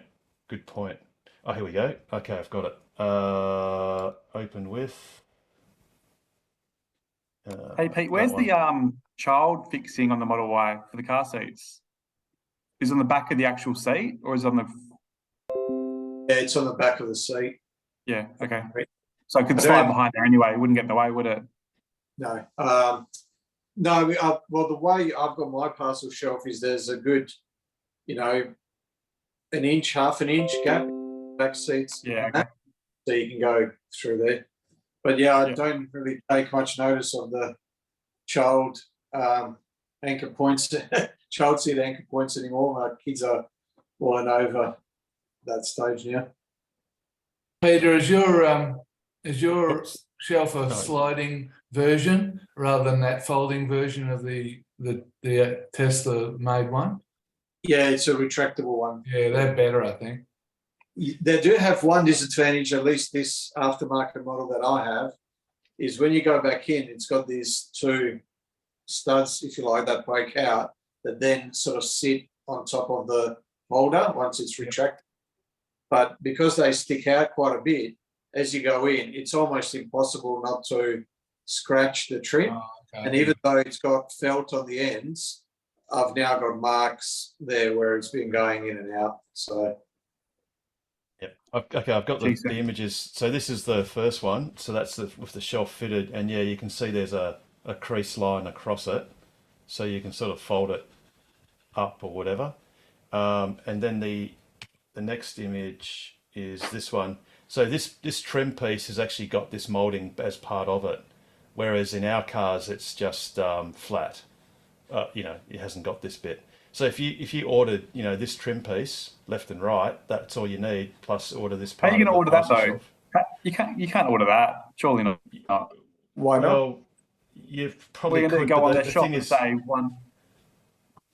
well, you know what you'd probably have to resort to doing is going to a European service centre and ordering it to collect from the service centre, because they probably wouldn't ship it to Australia because they wouldn't have those parts as a carry item into Australia. So you'd have to literally get someone or know someone in Europe to go and buy it. And I mean, we'd have to look on our own cars. It's a fairly big piece. You have to make sure it's exactly the same, wouldn't you? Because it might be slightly different as well. Who knows? The piece might be slightly different. I think all the clip-on points should be the same. I mean, now I've got these images. Whoops. I'd be able to have a closer look. I mean, now I regret that I didn't take more detailed photos, but it wouldn't be too hard to work out that, because that's, it goes all the way to the back seats. It's probably the same anchor points, because I think most of their molding, most of their patterns and castings and all that stuff would have to be basically the same between the same models. But why they just decided not? Look, why not just have the have this molding and just not supply the parcel shelf, and just say that's $100 option. Yeah. Just like the tow hitch. Precisely. Like all the cars, you can put a tow hitch in if you want. Yeah. Yeah, I just don't get why they've just decided that we just can't have one, because.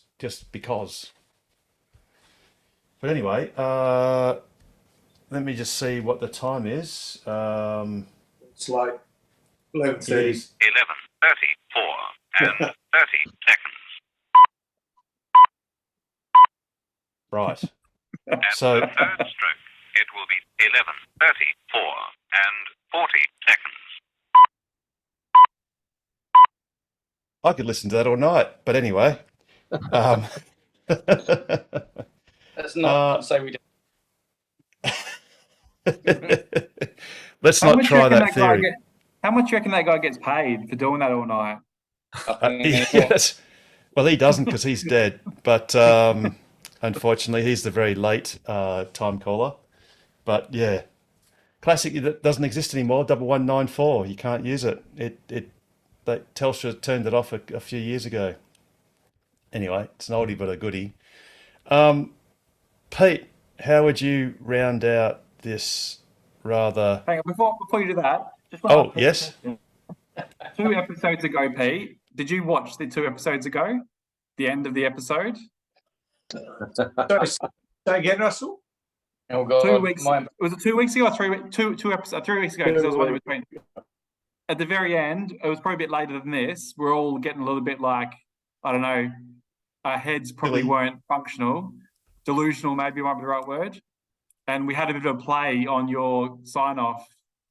And I'm gonna risk and. Oh really? I don't know. You probably maybe let Pete just watch it. It's a bit intense.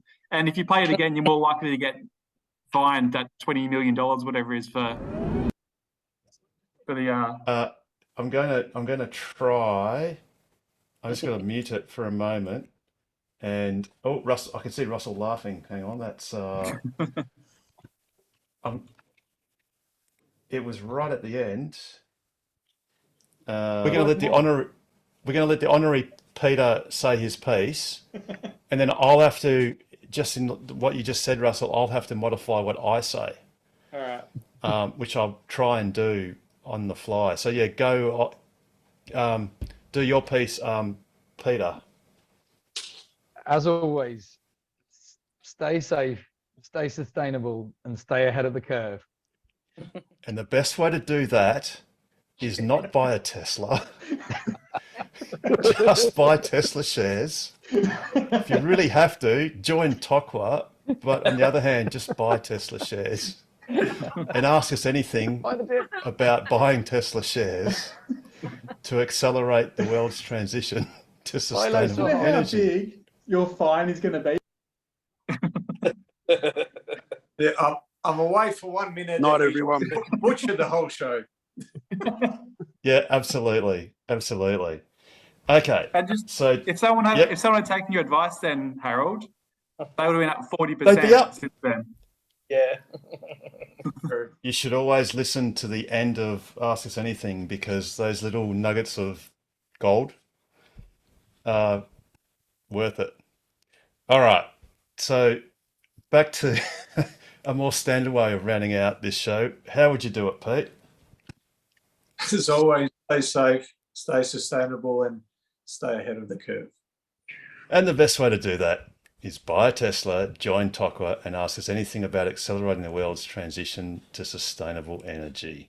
And making the As world if we awesome. didn't know. Absolutely. All right. Thanks for joining us, Russell, from all over from the past in India, and look forward to seeing you on next week's episode of Ask Us Anything. Good night, everyone. Good night, all. Good night, guys. Take care. Bye. Cheers.